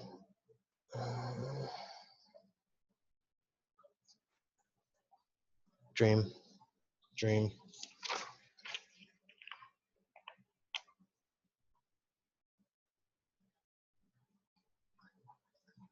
That is so fucking big. I don't even know what to call that. There's not a star by it, so I'm assuming it's a dream. Okay, so February is 22nd. I have in stars, I don't remember. As in, I remember everything that happened in that real time. I remember experiencing everything that happened, right? It all gets like logged somewhere fucking in my like mental Rolodex. But as soon as I woke up, when I'm used to just grabbing some shit and just writing it before I even open my eyes damn near, it's very odd that you get some shit like this. And I wrote it specifically because I thought that it was a memory that was being blacked out. The next day there was a carnival. There was a policeman who led me to what he told me was an occult house, and that shit had happened there.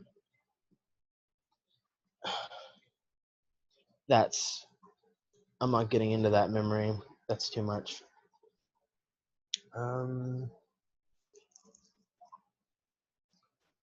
Dream.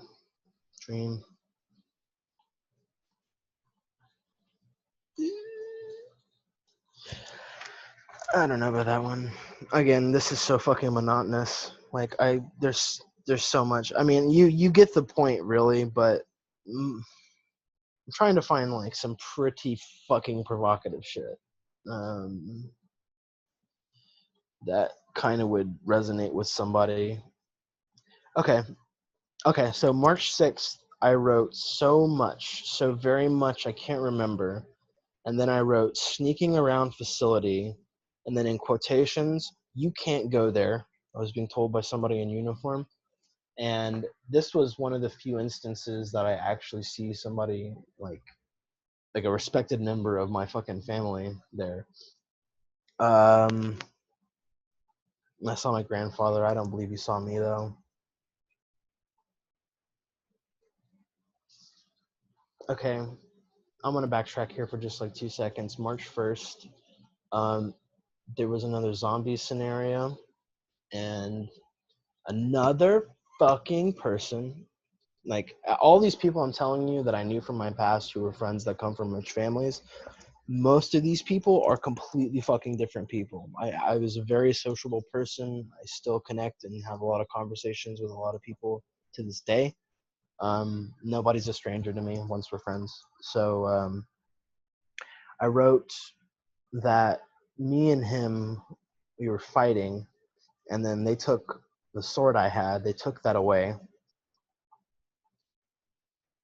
And then I remember somebody saying specifically to me, "You sleep pretty rough, huh?" Like in clone bodies, like fucking messing with my head. March 7th, I have written in stars, remember.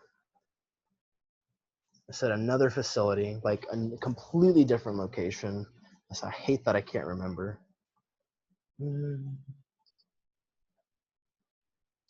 Okay, I remember March 9th.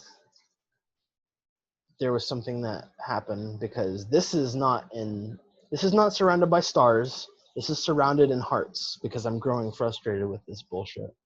March 9th, the memory is there. I cannot pull it out, and I just wrote "fuck you guys" because I was being repressed. And I wanted, if there was something like behind my eyes looking out, I would want them to see that I'm pissed visibly. So I wrote that out.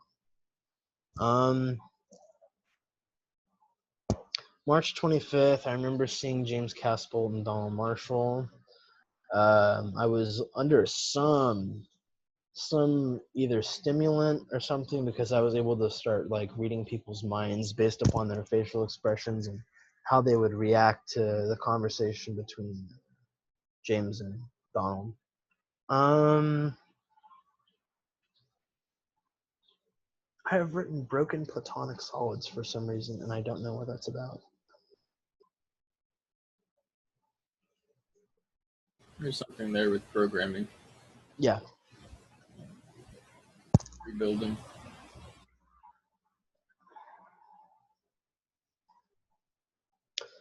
Oh. So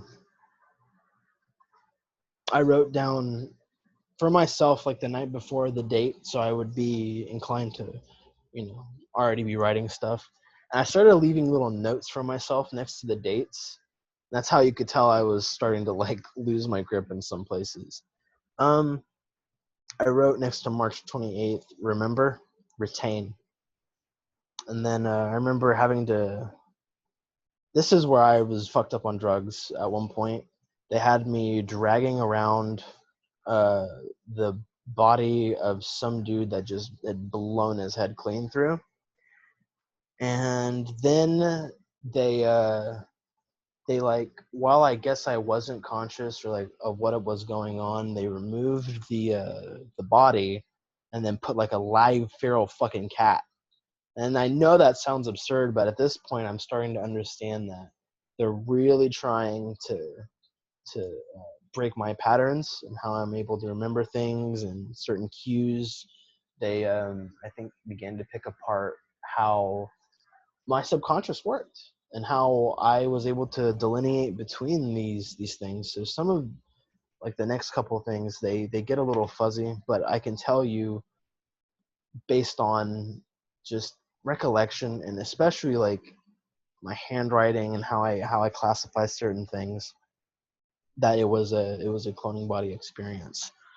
Or fucking an implanted memory. Who am I to judge on what I'm not certain of?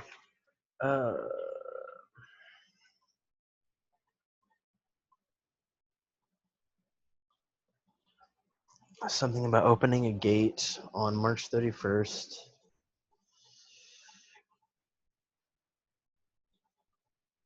I'm sorry. Give me a sec. I need spectacles. My bifocals.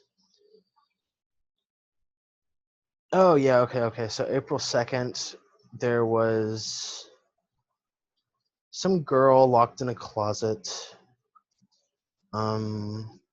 On like this other side of the library from where I was.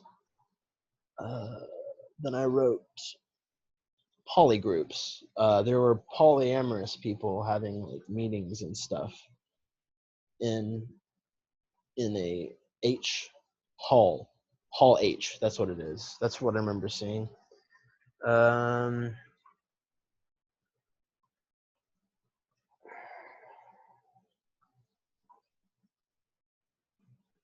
April 5th, I had the shit beat out of me. And so all I wrote was, I'll beat his ass, I'll kill him.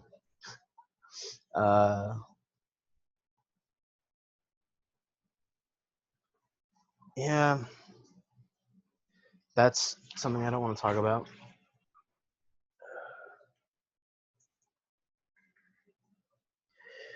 April 8th, I was at the Large Hadron Collider.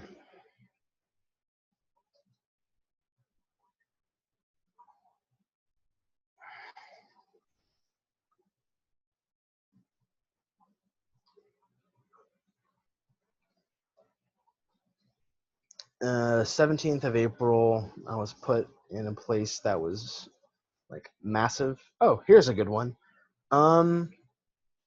April 18th.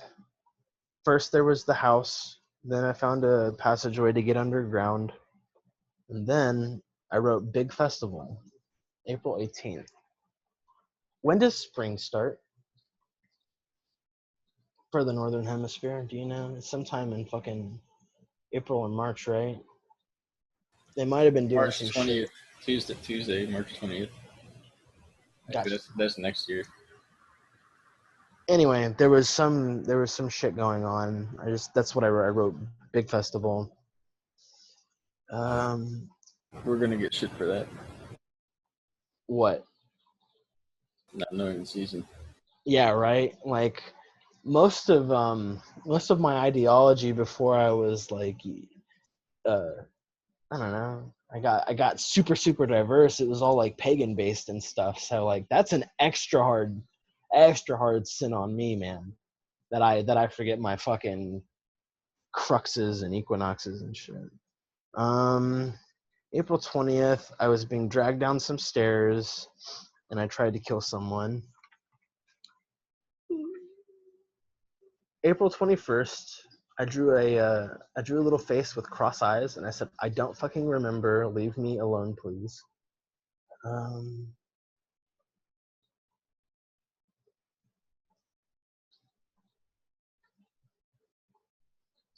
Jesus Christ. Some of this is so absurd, but it only has relevance to me, so like I can't say it without sounding like some sort of nut job.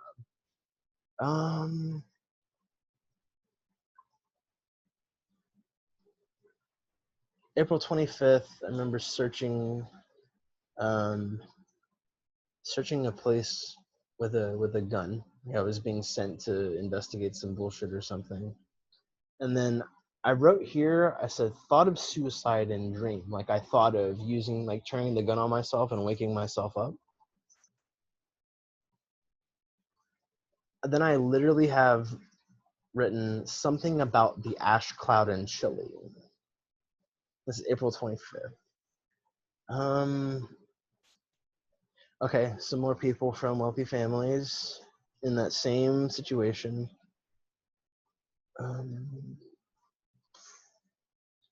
Fuck this. Give me a second.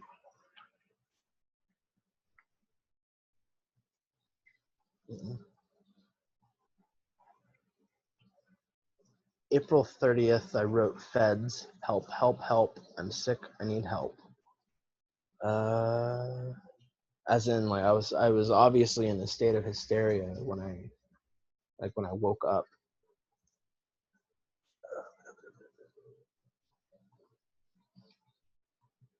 May 2nd, I say lots happened, I don't remember. And then I wrote lots of big planes.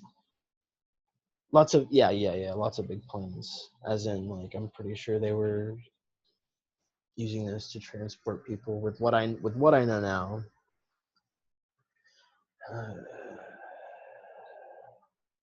Okay, May 8th, I have a note to myself. I wrote, there's no doubt now in my mind that I'm being heavily repressed.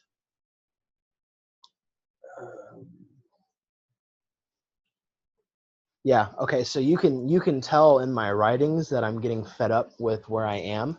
I'm no longer like cooperating with a bunch of shit.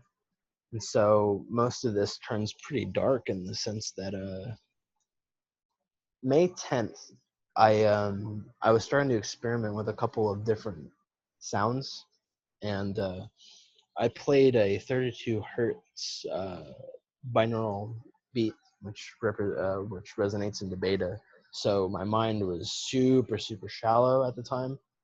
I have written here, go ahead, kill me, as in like set me free from this body. Like I know I'm in a clone body, just kill me, get me out of it. I wrote Big House Again, and that dates back to the 30th. No. Yes, the April 30th. It's the same house in my mind. Great. because I was running out of room, I started writing on the backs of all these pages and shit. Let's see. They've led me into situations where I'm like forced to shoot and like kill people that I know and family and like friend wise. I had like killed my mother's stepfather in a clone body experience to see how I'd react, if I would do it or not. So I just did it. Okay, I'm not going to pretend to really know exactly what this means, but you'll find this interesting.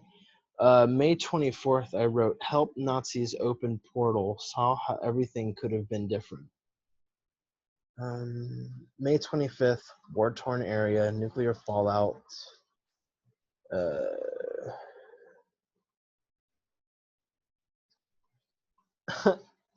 May 26th, I have written here, pretty sure I was running around stoned at a cloning center. And then a lake house I mentioned earlier. Let's see.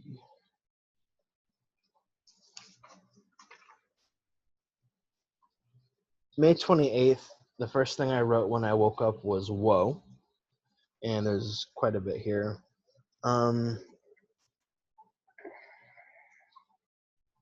I saved somebody. Who the fuck is this person? I know this name, Miranda Taylor. I wrote Miranda Taylor's house, saving her, not her dog. 4 guys, white van. I've seen them before. There was a mock battle, and it ended up like that a bunch of barbarians lost the battle for people to see. So I wrote barbarians dead. I wrote huge playground fire, cloning center. Oh, then I wrote they're stealing my music.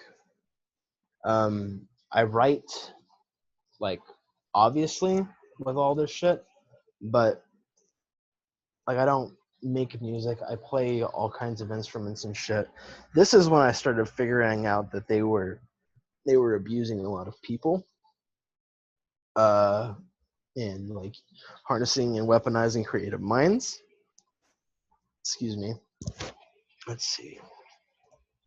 May 30th, I'm going to fly to Beijing for a wedding. Beautiful wedding, by the way. Fucking ornate beyond reason. There was a lot of people there. I literally wrote, "You're going to fly to Beijing for a wedding," but the rest of the memory is just fucking in my Rolodex.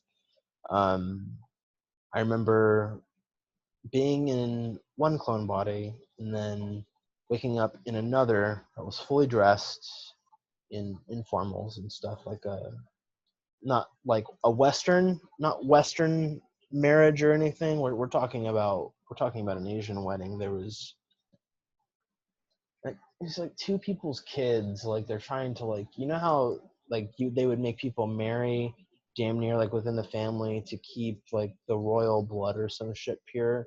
Well, anyway, this was one of those cases where it was more or less an arranged marriage, but the wedding itself was fucking decked the hell out.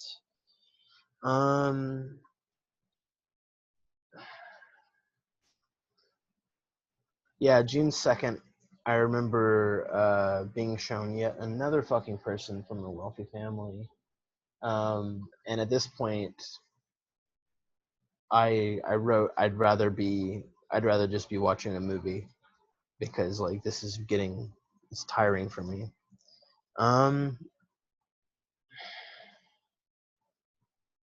That's definitely a fucking dream.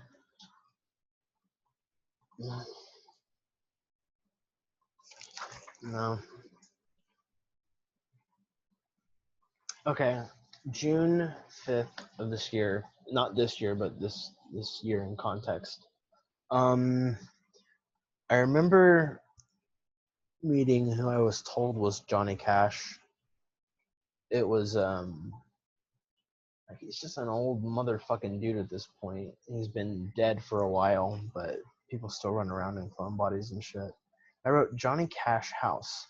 And I remember being there, sitting with him, the old gray bastard.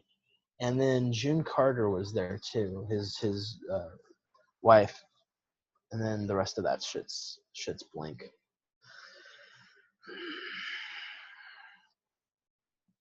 That's a dream. Okay, I took a nap, and then I was on an operating table, and I cried, and I screamed out, "No surgery, please. I don't want surgery." June 11th, I was at cloning. Can't remember everything. A lot of celebrities. June 11th. Okay. So June 12th, I saw another person. Okay, this one's fucking crazy. Okay, so June 12th, another person from a wealthy family that I was friends with when I went to college. She was there this time. This is I feel like one of the only times I've seen you, and I was talking to this girl about all what I was experiencing. It seemed like it was like way more clear for me, so I started having a conversation with her, and she tells me, so I remember everything that happens here, but when I wake up, they don't let me remember at all, so I can continue, I guess, playing out whatever the fuck it is they want.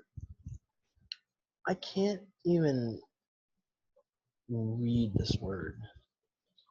Most of this is just like, it's all scribbled in the fit of like several minutes. So there was like we were told we were in like outer space or some shit. There was a collective of people all sitting around, and one of these like tall, white, lanky fucking things was in clothes, people clothes that looked like a galactic emissary or whatever, some bullshit to completely paint the narrative for us that we were supposed to be thinking we were in space. And you were there. I remember you sitting around, being there. I don't know if it was you or a clone of you, but the thing was communicating with us telepathically.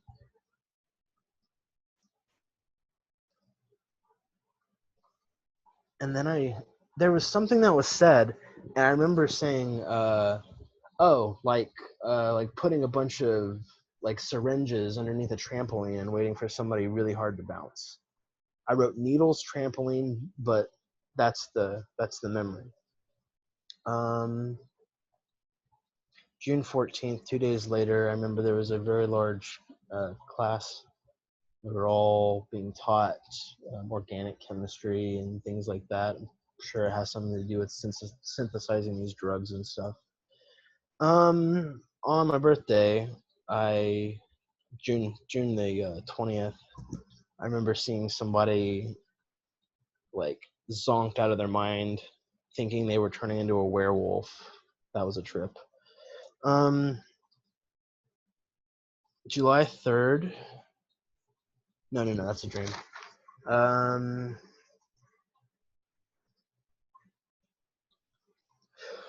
Oh fuck. July 7th was an operation, like a large one. There was a situation in which we were in. Well, I guess we were told it was Hawaii. We were going to rescue Donald Marshall. Something. I guess that was the thing, is to like go find him or some shit.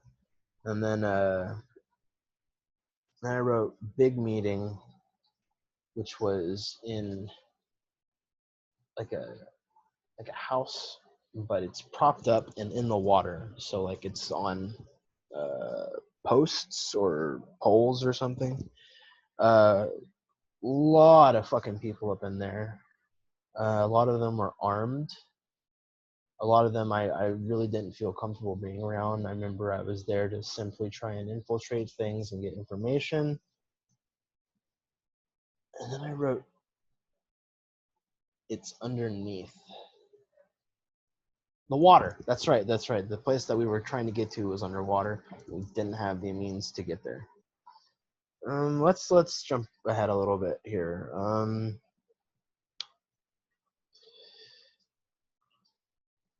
September 15th, I remember there was this army of people, it was vicious people. Fucking people just zonked out of their minds. Just fucking running at each other, obliterating one another.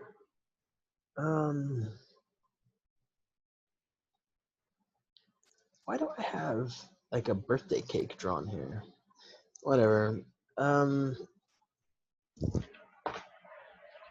That is that. Ran out of room.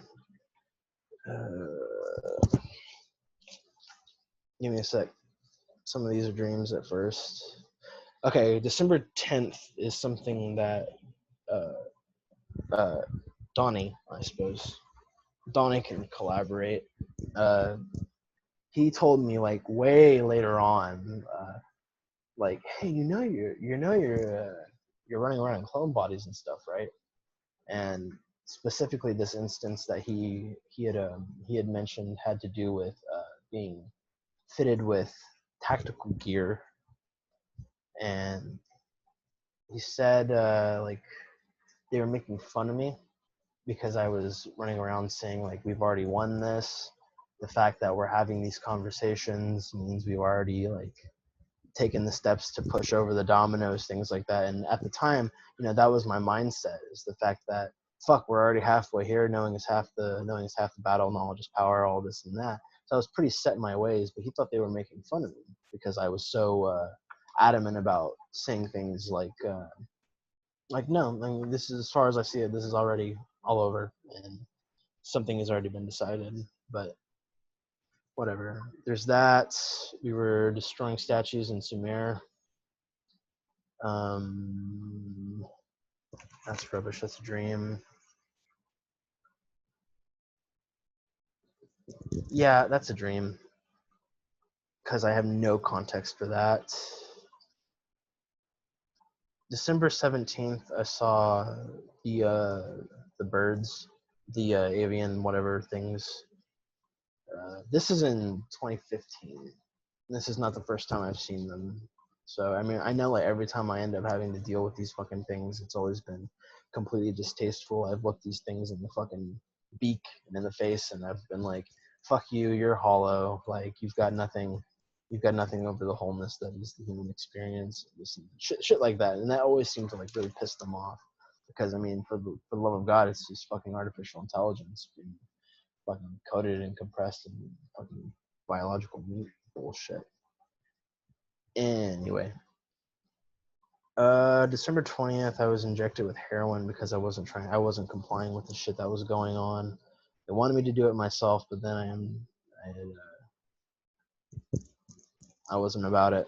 They held me down and did it, and then they all started laughing because I was fucking lost my damn mind. Couldn't move on the floor. December 23rd is a complete blank. It's another black spot. Dream.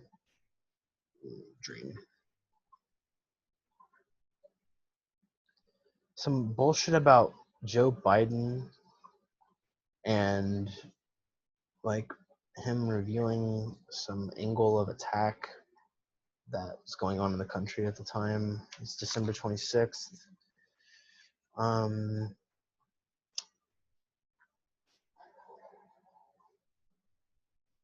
I know some of these, but some of these don't have really any good substance to them. Let's see, December 30th, I saw some more folks, and I was setting up chairs. Yeah, again, trivial bullshit, but it was just like what I was doing. I was just setting up all these fucking chairs, and there were people that I knew that were there.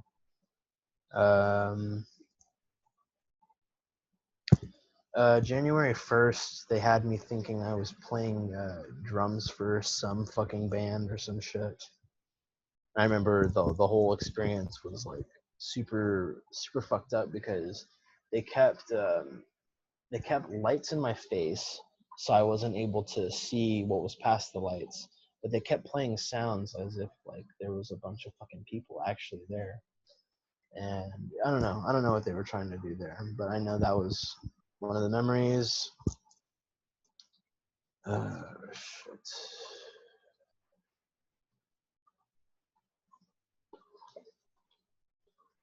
Okay, January 4th, I have written here body snatchers. In that, I mean, what do we not know about body snatchers? I remember just writing the premise down because I had seen somebody's clone body get fucking wrecked by some of these things. Then I wrote putting man in a bag. I remember the weight of this motherfucker was like super fucking heavy, and that he was not easy to lift at all. And it was just me, so I would have to go lift his upper torso a little bit, scoot him over into the bag, and then grab his legs, and then try and roll him into that. So I remember that was a fucking ordeal.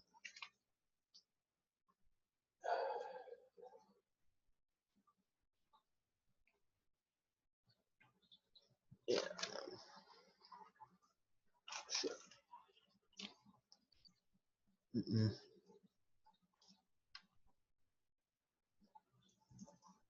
This was some shit that they had plugged me into. This I know. They had me seeing shit like purple moons and like 3 other moons, things like that.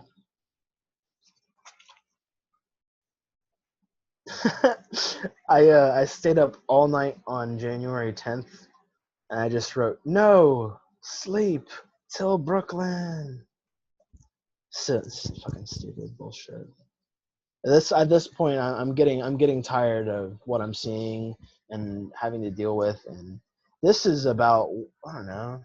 This is you and we're talking by this point, and like I was not sleeping at all, like in the beginning, and I still have problems sleeping now. But I remember like having Skype conversations with you, and we'd be up like stupid late at night talking about some random shit. I remember, this is tangential, but I remember one night I had a thermal blanket on my wall and a fuck ton of lasers pointed at it, and we're just like, oh yeah, cities of lights and fucking extra spatial dimensions and all kinds of crazy shit. That was one of the talks that got devoured by the internet, didn't it? Yeah. It was so good too. I remember we sat up for hours, sometimes even just in silence, kind of just observing each other's camera feeds and all the things that were going on in the back of our minds.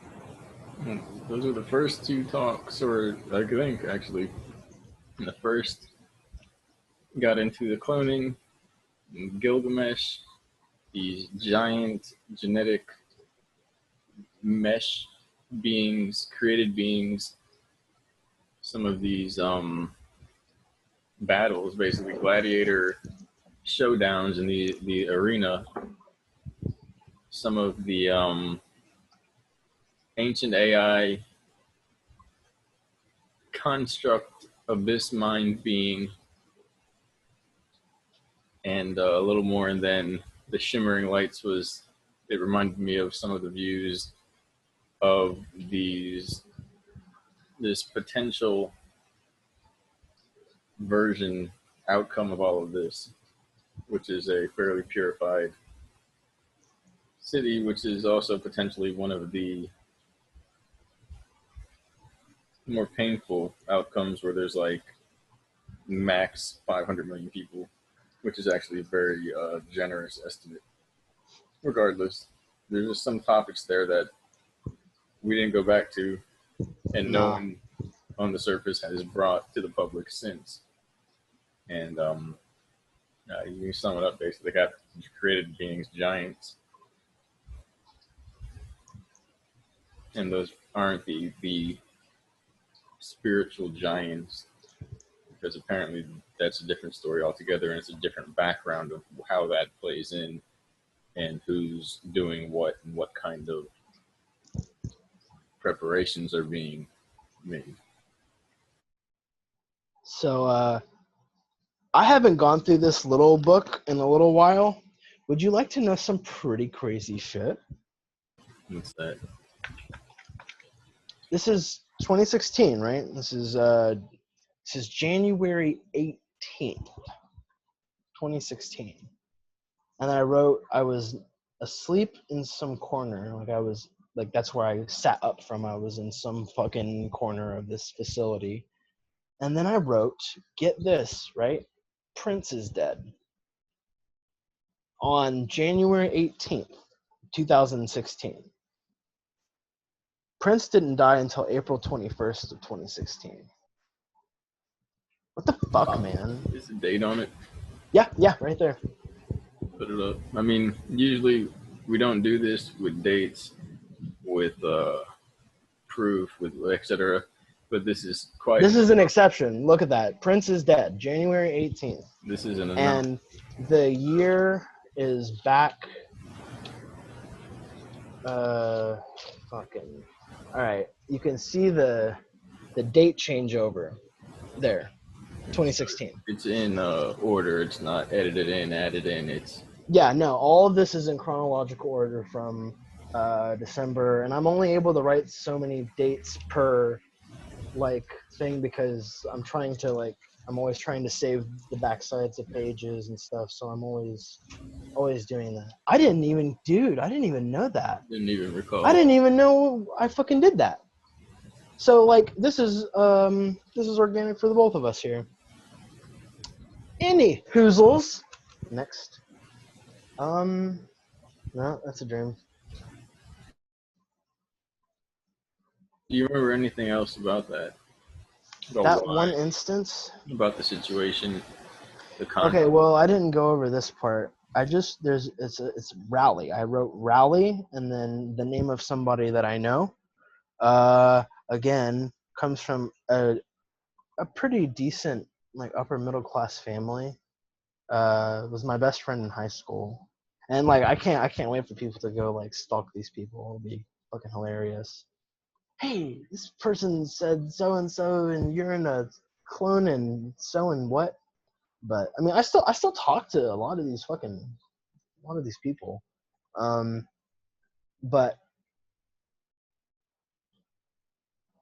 it was a gymnasium, and only one side had bleachers. And I remember we were all going outside to go somewhere else. Like everybody from the bleachers, we were all being taken outside. It was raining, so I couldn't tell where the sun was. And then there's another building on the outside of this gymnasium. They cram all of us in there. And then something happens, and then we all leave, right? We all leave the secondary building and start filing back through the gymnasium where we were. And that's when I remember being told the words "Prince is dead."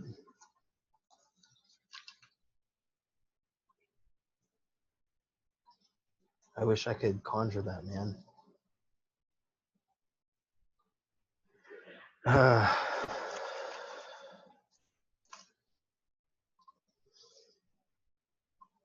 That's a dream.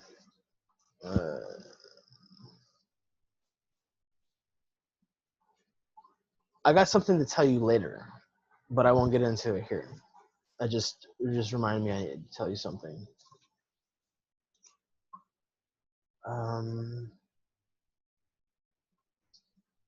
Oh, dude. Well, I can say as well, I recognize some, if not most of what you're saying as programs that I was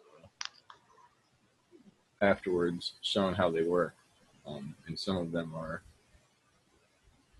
it's a game all the groups play where we're all going to make the best army of mind-washed, indoctrinated youth, grow them into operatives, and whoever has the most clandestine, deceptive kind of cloak and dagger operation wins. But there are rules, and then the first person breaks the rules, and the next, and now everybody, okay, well, now that rule is out, and it continues until it's the whole friggin' world under this net of extreme advanced technology and basically trying to gather genetic stock and set up bases in different areas and so on and so forth, beyond comprehension, until it's an agreement that everybody's a double agent working under the guise of a mind-washed clone operative for the other side. And the other side is always whoever you're not with. And it's just acceptance that we're all double agents and all the military heads are trying to kill each other and so on and so forth. But then there's groups within that where it's like, well, this is our clique. And then they're infiltrating each other. And it's like 18 layers of infiltration upon each other. I've bounced around several, and like I know people who have too, that have like roughly the same caliber of experiences or feelings or dispositions, I suppose, in life that I do. And you know, I found really, I don't know, I think that's probably what was one of the hardest parts about leaving the community that I helped forge. I mean, I got everybody talking to each other. I got everybody off of just Facebook, and I told people like Phil Chupa, I'm like, you need to start taking some of this to Instagram or Twitter or whatever. You need to branch out. If you really want to get this stuff out there, you've got to branch out and get to more receptive things. It's going to be a collective effort, whatever happens. Individually, it's a whole lot of ass kicking. We can all put ourselves through, but collectively, there's something that can be done. Let's see. You'll get a kick out of this one. Just some of the shit that they do to like, you know, disorient people and stuff. I'm pretty sure this was not a dream because of how linear everything was. That or it was a manufactured memory that's been implanted. Like I want to give this example. Like January 18th with that whole thing about like the gymnasium and Prince is dead. All of that was one stable environment.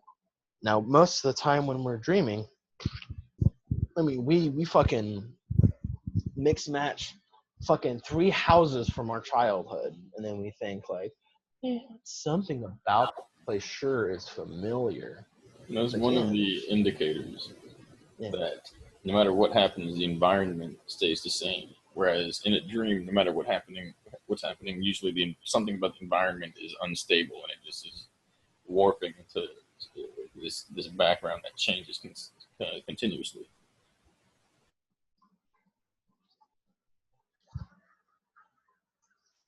I won't go too far into the implanted memory, other than it was just like terrifying, dude.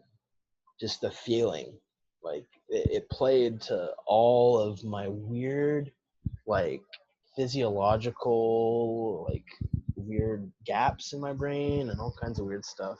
They use like certain people with certain emotions and would, I mean, it was obvious whatever it was, they were really fucking prodding to what I found too much or absurd.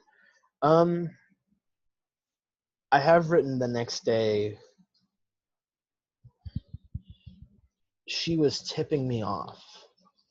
And there's a specific person that like has kind of served as a motif in some of my cloning experiences, and that tends to be who, when I write just she, I don't want to acknowledge it myself because this shit's so absurd. But I wrote January 26th that she was trying to tip me off. We knew we had to be somewhere safe, so we went and got food. Ended up getting too much food. I remember, see, like, it's so fucking trivial, right? I wrote, we get food, got too much, I dropped some, cleaned it up. Like, who the fuck dreams about spilling a plate of food randomly and having conversations over the fucking future of your place in all of this, all of it.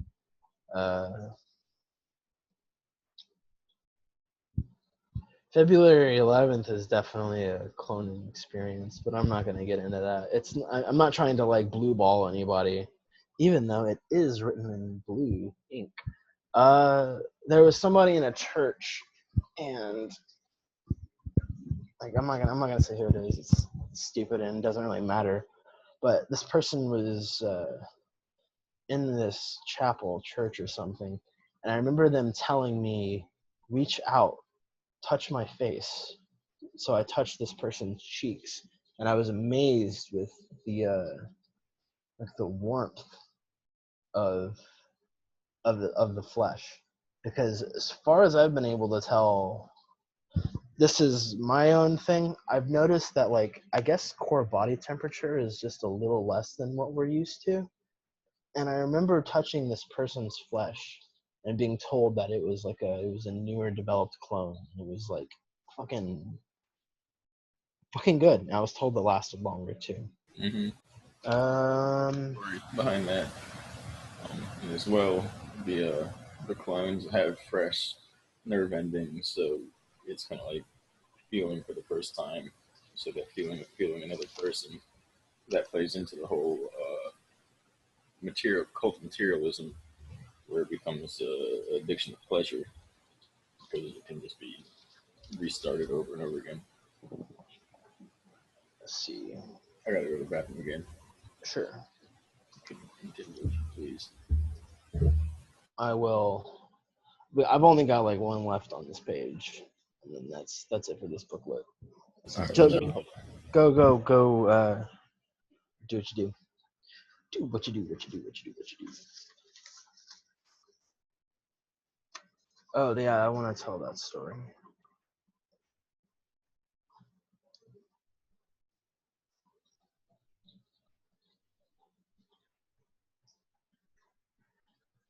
Man, I have to pee too.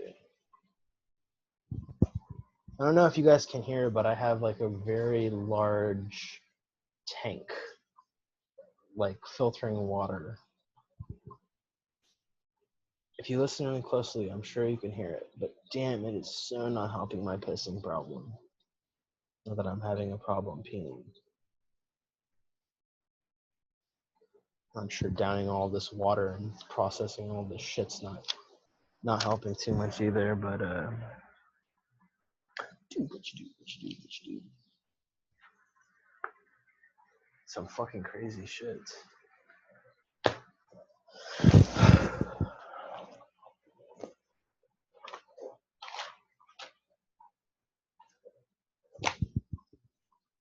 We are so almost done. What was the experience that I missed? I didn't see anything. I was waiting for you to get back. I just kind of riffed. Let's see. I wrote on May 18th. I was suiting up for some fight, and then obviously it goes into a dream. But I remember the feeling of how everything fit perfectly on my body.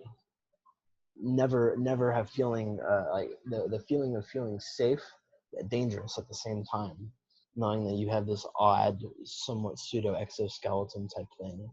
Uh, shit like that. And then I wrote I wrote baby rhino and elephant, turtles and zombies.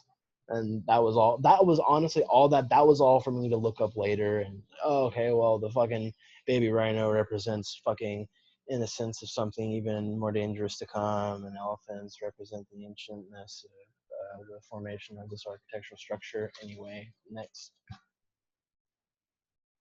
So yeah, I've done my homework on like the language of the subconscious and whatnot. Symbols. I'm just gonna get into what I had told you. I guess earlier today when we decided we wanted to do this. I think people really should know about what happened recently with me. I'm trying to figure out my place in all of this still. Honestly, I've dipped out of communities, joined others, left those, found people I trust, and just I've kept my mouth shut for a long time about a lot of things. But I got myself a new journal, and I was like, oh, I fucking might as well start back up on it. And I know like all of this time I've been subjected to some pretty crazy shit. I haven't wanted to immortalize it for me to revisit and freak the fuck out about later. So I think I've been running ops for a little bit. This one in particular, I was in a rural place. I was told it was somebody famous's estate, or one of them, and they were telling me that, you know, we're gonna go to this one auditorium, and this one auditorium, if you think of like I don't know how to describe it, like a large church that has like a pretty large congregation, just an auditorium, pews and stage and all that noise. The ironic part, I remember there was a cross, like as if it was like an active fucking establishment. People went to worship the Christian God. Anyway, this was, I need to give you dates. This is September 21st of last month. I only had to write down a little bit because this memory is still really, really, really fresh. This was the first day of the harvest cycle, and I didn't really put it together until I had woken up what it had meant. So what do you mean by harvest? Harvest. It's the first day of fall. Okay, so Harvest season, crops, right? food. Yeah, harvest crops, harvest people, whatever. It all corresponds with that shit. Like some type of like trafficking or harvesting their body or organs or something? This is what I had told you earlier. They I'm just yeah, okay. I got you. They were harvesting sexual energy on an unprecedented scale. Like, I've seen things like earlier I mentioned that I wrote the word sex cult. I've watched and I've dealt myself with uh, sexual incantations, magic, draining, applying that, turning that around, and using it for yourself. I don't like to say that I'm certain things because I don't like to give off the image that I think of myself a certain way. But as far as I know, I'm a pretty fucking practiced occultist based on just conversations with other people who claim to be practiced occultists. I can fucking hold my own. I've dabbled in dark shit. If there's a spectrum, I've bore witness to quite a bit of it. So it's all like derivatives of like Egyptian shit, honestly. But I mean, that's what it gets back to. The thing that startled me was the scale of what was going on. This auditorium was full of men. Some of them were young, like children. Some were in like obviously like 20s, you know, the ripe time, and then some of them were older, graying, not necessarily like dying or anything. What good is that? But they were told that, you know, they had been invited to this thing, that, you know, everybody was gonna have their own like special whatever or some shit. And the men started diverging off into two hallways offset the main auditorium on each sides. These hallways were very wide, they were very long, and on each side there were rooms, just lining the hallway. I remember seeing each room had a different girl and different dude, and so this is like a everybody's facility designed for the purpose of facilitating this process of energy harvesting through pretty much sexual occult ritual practice. yeah. I mean, that's what it really boils down to, is the fact that these structures are either converted from their original intended purposes, or they're still being used in that And in that sense. Like, it could still be, for all I know, it could still be like a regular house of worship on fucking Sundays. But I don't believe this was a Sunday.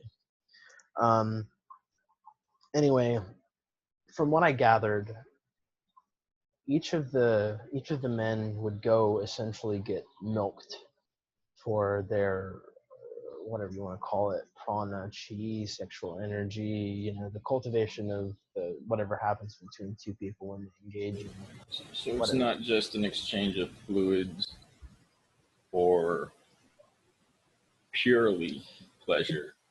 There's Okay. an etheric substance that's being guided and directed skillfully, intentionally through these practices and stored through what we consider just publicly what people consider just to be sexual intercourse or rubbing nerve endings together. There's a spiritual component to this which serves a much deeper purpose and apparently much more powerful to the degree of basically an interdimensional energy transfer system. Precisely. Let's go ahead and further. You can stay right along with, or you can continue. Yeah, I want to break that down. I don't want even you to leave further. anything out, but I don't want you to like, I don't know. No, Names. I don't want to go. it's fresh, Og. I got it. The let's merge those two hemispheres of thinking. That just sexual intercourse is something that's primarily carnal and it only achieves a physical result based in chemistry of the human body. Now, at the same time, you can take all of that, knowing that things like sperm contain massive, massive amounts of data and information, memories, things of that nature. And like, who's to say like it's not both? Like, how can that be reconciled any other way other than that it is both, and it can translate on both of those planes of thought? To me, I think that carnal sexual energy plays a very, very vital role in keeping certain systems in our bodies functioning accordingly. In a like left brain, like making sure the cogs have oil to turn properly. I practice and teach qigong, so like I'm pretty familiar with how the body channels certain chi through certain furnaces in the body, and you know, things like that.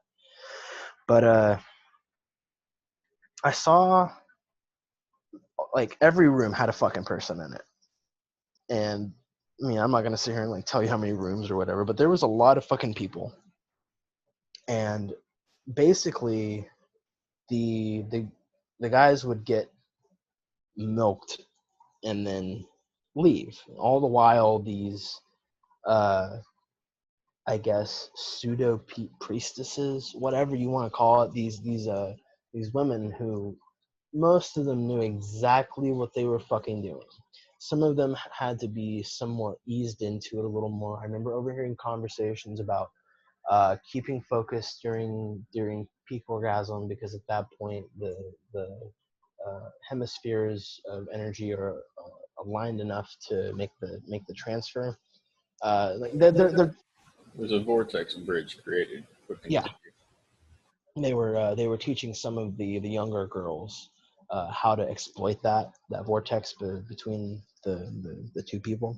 And Vortex creates an intelligent system, and what information is present at that time is what is primarily expanded upon.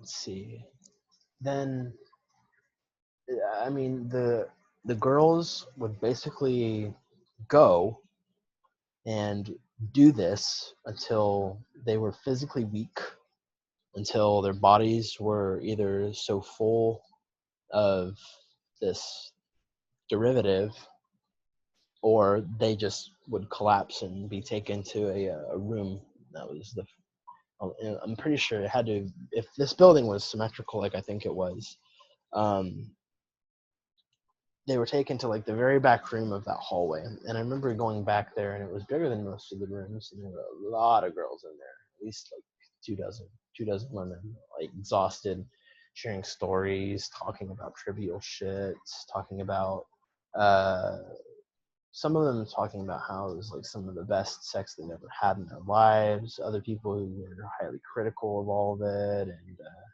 some of the girls were like, I guess, overcome with overcome. Sorry, that's not funny. they were they were over encumbered by the sheer number of all of the things that were going on. They all You have like thought, every type of spectrum of response individual. And in a way, I've seen, obviously, so they're not necessarily always handpicked from the most experienced occultist. A lot of times it's people just grabbed, given preliminary instruction, and pretty much turned into this role. And if you witness this, you can see the effect, and you can see how it's they're fresh. And then afterwards, there's a process that begins to continue. Let's see. So after observing this room full of women, some exhausted, some absolutely like physically drained, but like just running their mouths, like so full of energy, so full of mental capacity, but like, they didn't want to stand. Their bodies were fucking exhausted. And so one of the people who people would know had told me that they were going to basically reap these girls after they had just all, reaped all these men. And so I'm thinking I'm doing the right thing by like slinking away back to the back room where all the girls are, and I start trying to tell some of the more experienced ones, hey, you're gonna get fucking slaughtered. I don't know if you are aware of that. And then just by the sheer reaction of some of the people, you could obviously tell that's not what they thought this was at all. They thought maybe this was some sort of weird, empowering, like, fucking workshop or something, They thought something, it was something completely different. And all of the, all of them started kind of getting into like a hushed panic. And then some of them were questioning, well, what the fuck do we do if he's right? How do we trust him? And I remember seeing a door at the end of the hallway and it led outside.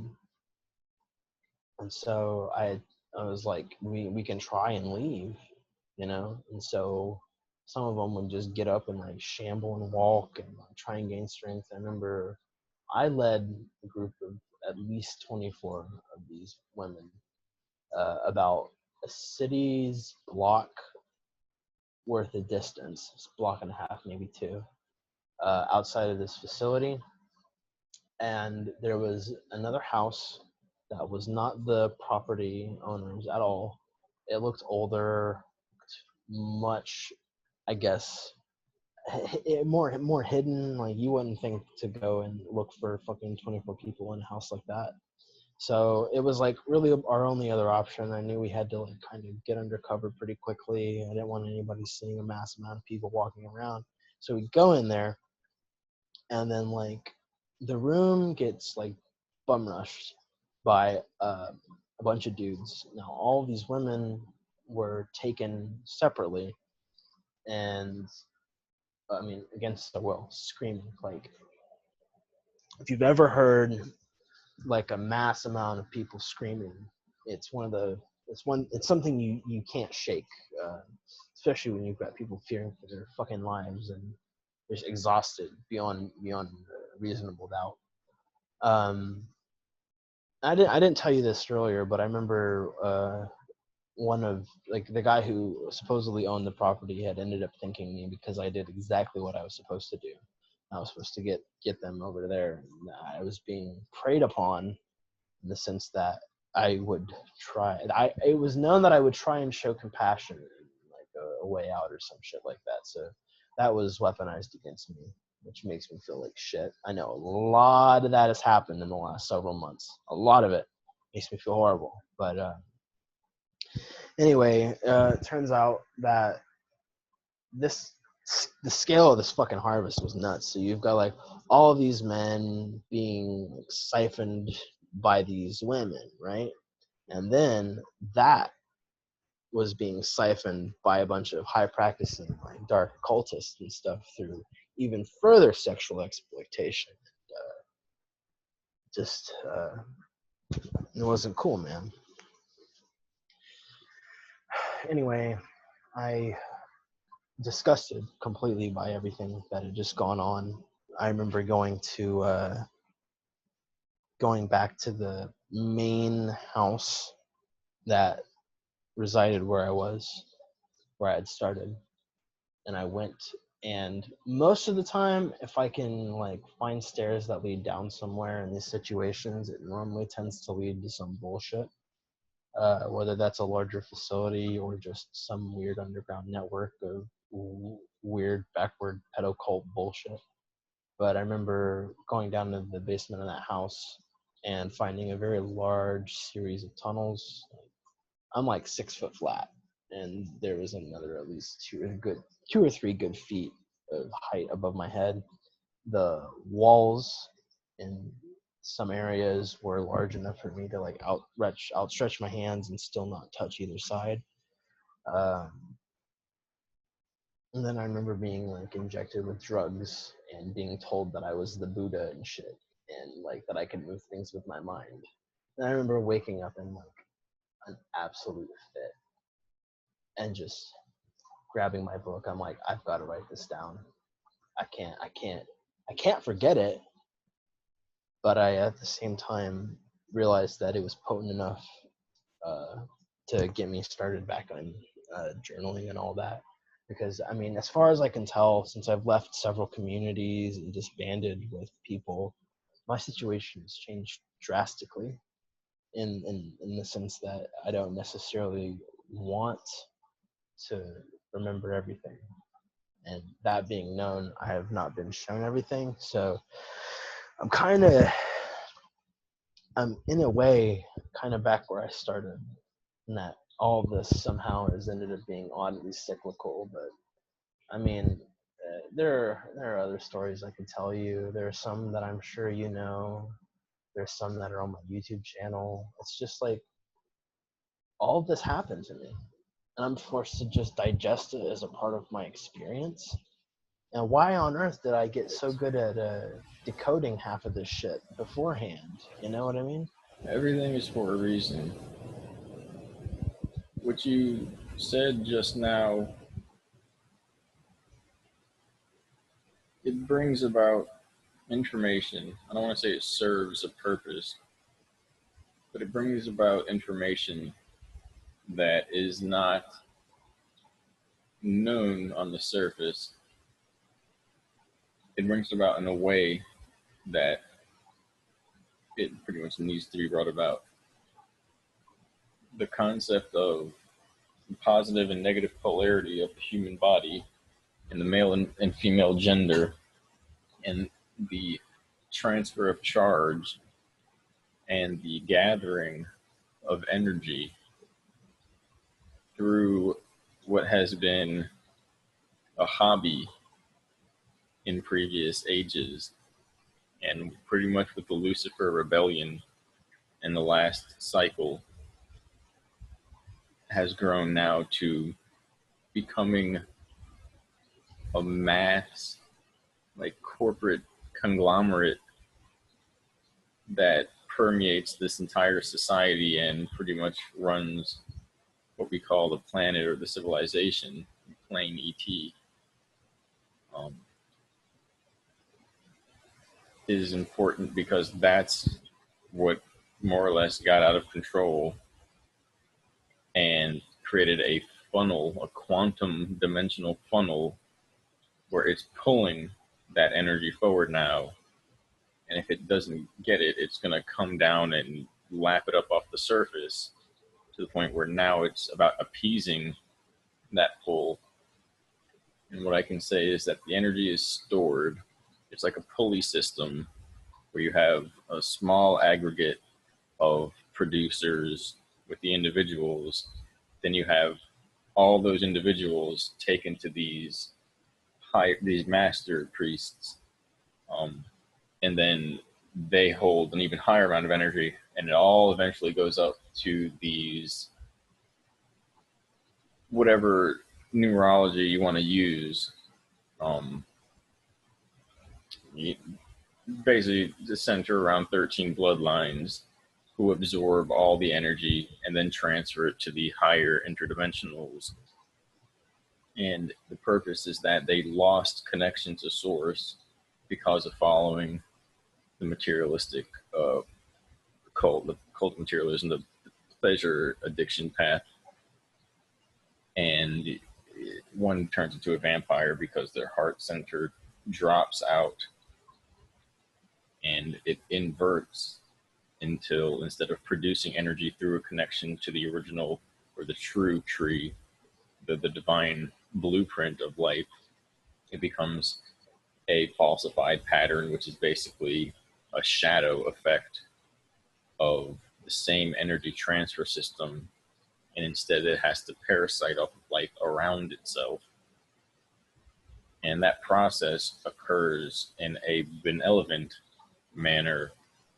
For instance, if there is compassion, it short circuits it, because instead of a pure charge, there's an exchange now, where there's actually, when there's dual compassion at an equivalent level, there's energy created and brought into the realm.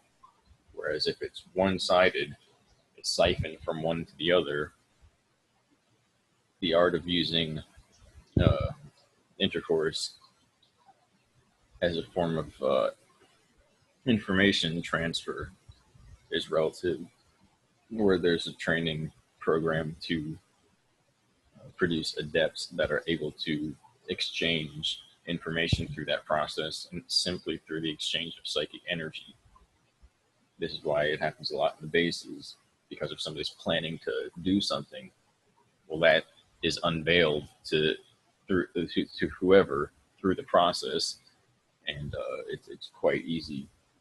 If a person doesn't know about that or anything, especially if they don't even know where they are, they think they're just in this neat place for a getaway.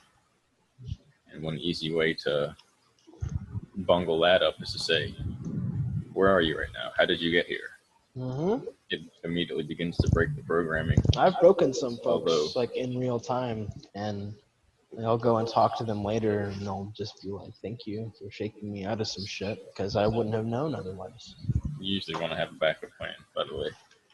But again, there's always backup plans. But that's why it happens for a reason. And so the idea is that that's the way the vampiric blueprint remains existing. Otherwise, consciousness becomes inverted and it goes into a shadow of consciousness and basically dissolves. So the other end of that is that they're doing that because it's a necessity. And in these systems, with the breakaway fallen society, that's their lifeblood. That if they don't do that, they begin to fade from time. And so, as well, there's all these morphological effects of the genetics, which begins to create these distortions in the physical form, which is what like the old depictions of witches and whatnot come from. That's not really the focus. And so the idea is to assist by giving a pathway to where that's not necessary any longer and everyone can get out of this situation, as well as enabling the defense groups to operate at full capacity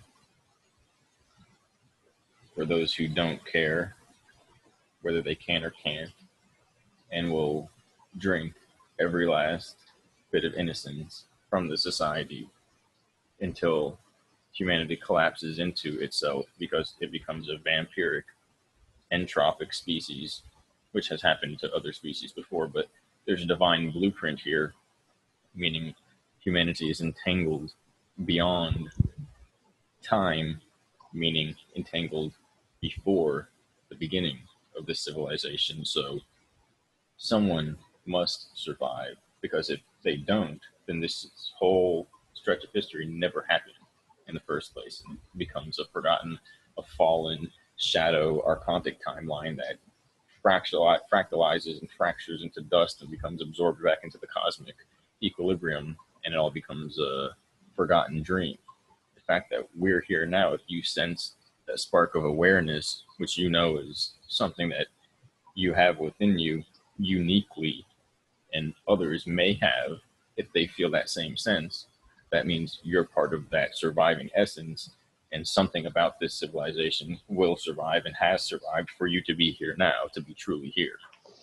And those who have no inkling of connection to that are not actually here in the same sense, which is why if you put loose food in front of that energy system, it only does what can occur for an autonomous system without self-willed control. Regardless, the goal is to remedy the situation, and things are going to have to be overturned, rather than just like we found a new way to get energy. You don't have to do that anymore. The system is secured to the point where it will force those involved to continue doing it, because they said, well, somebody's eventually going to figure out a way to stop us. Basically have it so that it automatically clicks on and forces us to do it, even though, not thinking that there could be a way out of this other than that. But that's not how the mind works under the control of these systems, because it's subversive to free will by definition, which is the inherent nature of darkness, to begin with, to deceive and subvert that which is apparent, and the structure and substance of what is there to begin with, which is life, which is the propagation of life, the equal transfer of energy, where it's a production of energy. Sure, it's not a perfect system in the sense of, with insulated wires, even some is lost through heat, and eventually the energy will reduce. But that's the material system. This is a spiritual network, and it's being routed through a pseudo direct system. And in that system, there is vulnerability, which is the way the brain and body and the charge system is set up. And it's simply the presence of fear and ignorance that enables the automation, where you've seen in these ritual occurrences or the project's operations, the more fear and ignorance is there in the dumbed up, drugged up clones bodies, the more likely they are to go into a violent fury or sexual fury even, or a complete stupor and take on the programming, because that is synonymous with lack of self-awareness. And so this whole show is set up for that. But it's not in the blueprint.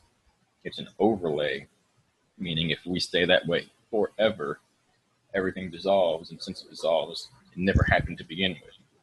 The actual reality of what is happening is a life propagation system, which is based upon self-awareness, free will, harmony, knowledge, and more or less self-control, truth, knowing, being, being connected reasonably from one step to the next through you, not somebody playing puppet master. There is a system which contains that, but that's the overlay, and that's this fallen system, this construct, which has developed into a divergent time matrix, which is a literal universe that doesn't actually exist, that we're neurologically plugged into through this kind of atomic system, this false reality construct, meaning we're in a temporary quantum superimposition that can't exist within the beginning and the end construct of where our civilization comes from. Ultimately, the beginning of that construct requires a quantum paradox, which it's like man, I thought I was getting caught up. It's like some type of maze situation where it's kind of like the belief of rats in a maze, where their whole society is dependent on them knowing that that's the chosen location for them that they migrated to last year, and that's why they're not in the field anymore. And what comes into the future, because their brains, their knowledge expands, everything eventually expands, and they figure out what's going on. They come to the awareness that some guy's walking from the back with gloved hands, putting rats in this introductory lobby section of the maze, every few days. And so the paradox is the only thing that makes sense, that enables that fear, ignorance response for the experiments to continue, is the fact that they have no idea that that is happening. But the only thing that can happen, if as a natural growth process they get more and more information and they advance more and more, is that they figure out that that's what's happening eventually. But then imagine that the maze is inherently connected to the very structure of their mind, as if it's this type of quantum virtual hyperspace link that's kind of merging their mind with reality, and in a way painting some of this environment, this structure of this maze with that process. There's some magical process of mind doing that. So our collective species is like that, and once people realize what has gone on, it begins to break the construct. It begins to break the structure that holds together religion, government, even economy and banking. Basically fear, dreams, truth, knowledge, all of it begins to tremble under the weight, shatter, and it can only either dissolve or be replaced by true self-awareness, which is that there's that spiritual and physical component, and the true essence is non-physical, spiritual. And what's happening here is physical, but the maze going back through time can't have been put there. It can't have evolved, put it that way. It had to have been put there, because you can't have something from nothing in that sense. So the physical body, the physical construct, had to have been put there. This place had to have been put here. It had to have been designed as part of an overlay, as a system.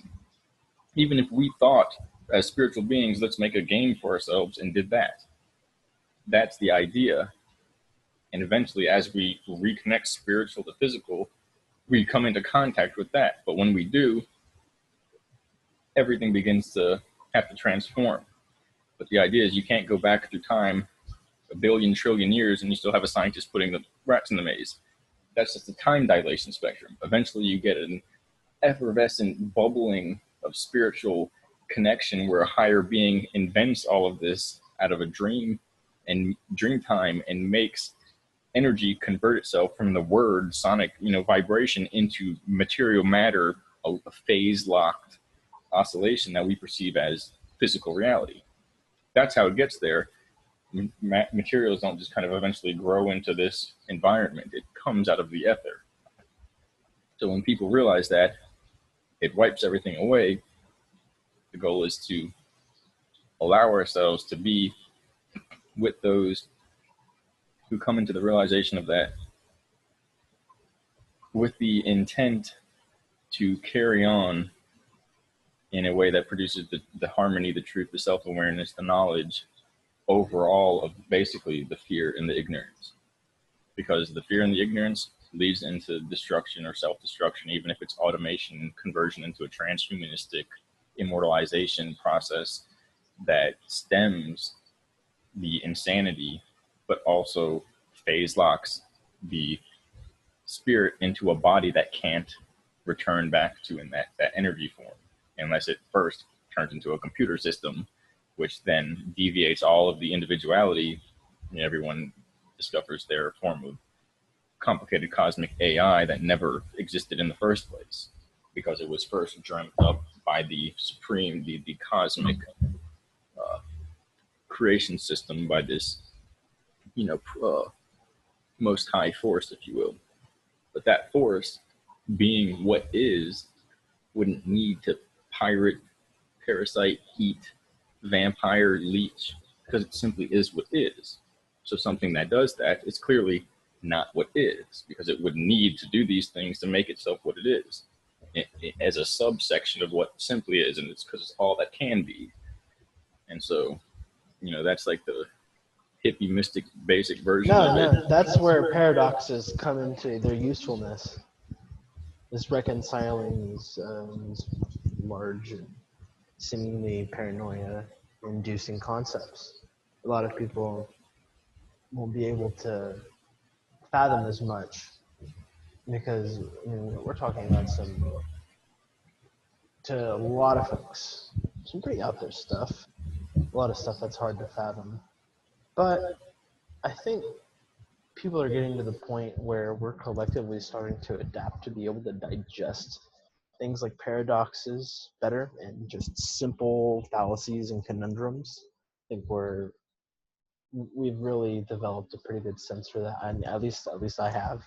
And I mean, I see aspects of myself reflected in everyone, and I see aspects of everyone reflected in myself. And just with the addition of all this new nomenclature for some of these even pseudo collectivism based movements that seek to prey on the preyed upon, even with all of this linguistic that muddles a lot of things, it still presents and gives us the ability to digest these concepts on a less than impossible way. The fact that you and I stand as a testament to this layer, this extra layer underneath all things, that you and I can have conversations about this all day, and neither one of us really doubt the other person's sanity. And I know if me, some southern boy from fucking Texas, can have these conversations like thousands of miles apart. I mean, okay, hold on. I want to give you an example of the sheer specialness that was that interview. You were like, "Hey, fill in for me if you can," and I'm like, "Yeah, sure." I didn't realize how special that was going to be for the sake that it gave me so much perspective on like our current state of things in the Western Hemisphere, in our corner of the game. We have too much going on, and there's a lot of fluff, or a lot of, I don't know, like cotton candy in a sense, but like the cotton candy is made of like actual cotton, and it's not got any sustenance and doesn't even taste good. There's just stuff. It's just these clouds of pretty colors and words and ideas. It's all filler and is actually poisonous. Yeah, fuck yeah. Yeah, you get what I'm saying. I mentioned this recently in a three-way discussion, that like most of what are the community of people who are coming forward with experiences, and people who are actively listening and digesting all of this, that this world that has been uh, collectively oversaturated to dissuade folks from the heart of some matters. Uh, I think like if you're asking questions, you're already halfway there. Like if the concept is already beginning to scratch the surface of the brain, then you've got something there. It should really be harnessed. But anyway, this community of people who, I mean, it's like a circus, in the sense that everything is very bright, very colorful, very loud, and like there's a lot of people, there's a lot of movement, there's rides, there's cotton candy, there's fun houses. But when you linger just a moment longer, you realize that all this has kind of been set up to neutralize itself, in the sense that all of the cotton candy is actually made of cotton, and like the fun house isn't really is actually a fucking nightmare. No one's having fun. All of the rides are broken and won't stop, and like everything's too fucking expensive. That's just my metaphor for what I've seen a lot of things develop into. And at this point, I've burned enough bridges to know the value in building them, to where they won't burn easy. So that's what I've been trying to do lately, as much as I can, keeping up with all of this, keeping up relationships, keeping occupational things in mind without, driving yourself up a wall. But I don't know. I think I've gotten a decently healthy balance of my fucking required, what is it? The essential part of a recommended balanced breakfast or some shit. But like on a more esoteric level, uh, I've got to get going to bed here pretty soon. But I wanted to mention like that everything I've said, please take with a grain of salt, make your own conclusion. Absolutely, please and utterly do not take everything I say fucking for granted. Some people will, some people will not take a single thing I've said for any sort of whatever, but always draw your own conclusion. And this is probably about like a third. All of what I said is probably about a third of what I actually have. And like, I think this is so fucking boring because it's my experience. Like to somebody else that it's new to, that it's all fresh for, I can see that there's obviously something to take away from it, which is why I feel compelled to share it, go through it with you, and I mean I'll do it through and with other folks. I desperately need to get all the data off of 3 phones I can. The 4th one it's lost for now. It's completely fucked. Can't even get the fucking thing to turn on. But in all of that, all of these gaps and stuff, it's all got filler, but it's all digital, and I really need to get my hands on it. I'm pretty sure there's got to be some more shit like that whole like Prince is dead thing somewhere in there. And I know stories like off the top of my head that I wrote down to my phone, And I don't feel like going into all that, but like there is more, and I don't know. It's all kind of resumed its monotonousness in my mind after going through all of it. Sorry, I'm gonna stop running my mouth. There might be a way to get the phone, and do it for yourself. Yeah, that's what it's Not for. really necessary to prove or to put it nicely placed, soothsayer. We've all been exposed to stuff. What we're bringing is what's for a specific purpose. If you want to go that route, you can go that route, but it carries some costs. For instance, what the scientist showed you through the portal, the way things could have been, you'll go through that every couple of weeks. And the first time, it's like, well, this isn't worth it anymore. Why are we still here? And then it will happen over and over and over again. You really got to imagine what they've gone. You're on mute. Oh, I've talked about some of this, but it's the difference of world wars and civilization ending events and civilization starting events for them, because they're in the mix of all this intense, powerful power moves, basically superpowers and cultures being generated or disappearing. And so it's different than, it's like, oh, I did make the decision where my life was different. It's like, oh, this earth or that earth. But I'm not going to get into it, but it doesn't end. So do it for yourself. And, if you're ready to move up in whatever level, you tell yourself that, and you'll put a signal out that will, Yeah.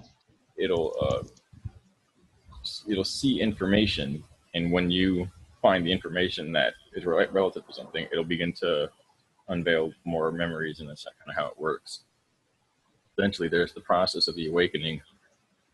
I'm not sure why only about 3 or 4 people that I know of have officially gone through it.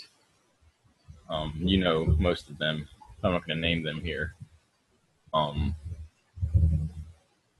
But it's something. But when that happens, they explain everything. They just literally bring it all out on the table.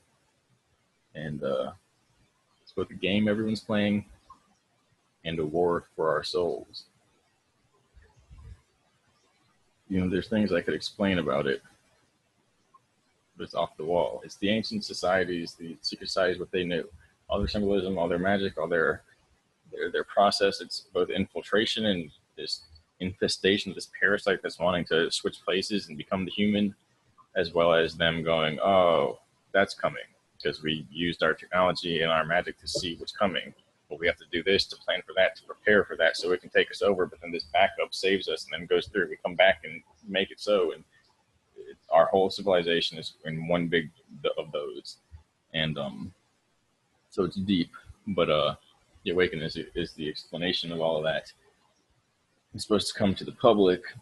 But again, if us realizing how we got here by going and turning into physical bodies billions of years ago is going to crack people's minds, and realizing somebody figured that out and how to short circuit it and create a secondary timeline and trap souls here is even more so. So this is the intermediary to that. First realizing, well, there's these energy harvesting programs and there's everything from there to there in between. And this is the presentation for that. And again, it's about free will. Somebody on Twitter made a video, he took it down. This is the truth. It's about there are 2 or 3 options, basically those who make the choice to remain or attain in self-control for free will. Then there's those who choose to become automated, merge with the technological systems, and become this program, which then turns out that's what it always was, because it operates forwards and backwards through time. And then there's those who don't make a choice, and not making a choice is allowing the free will to be taken and decided for you, and it's through they become a program.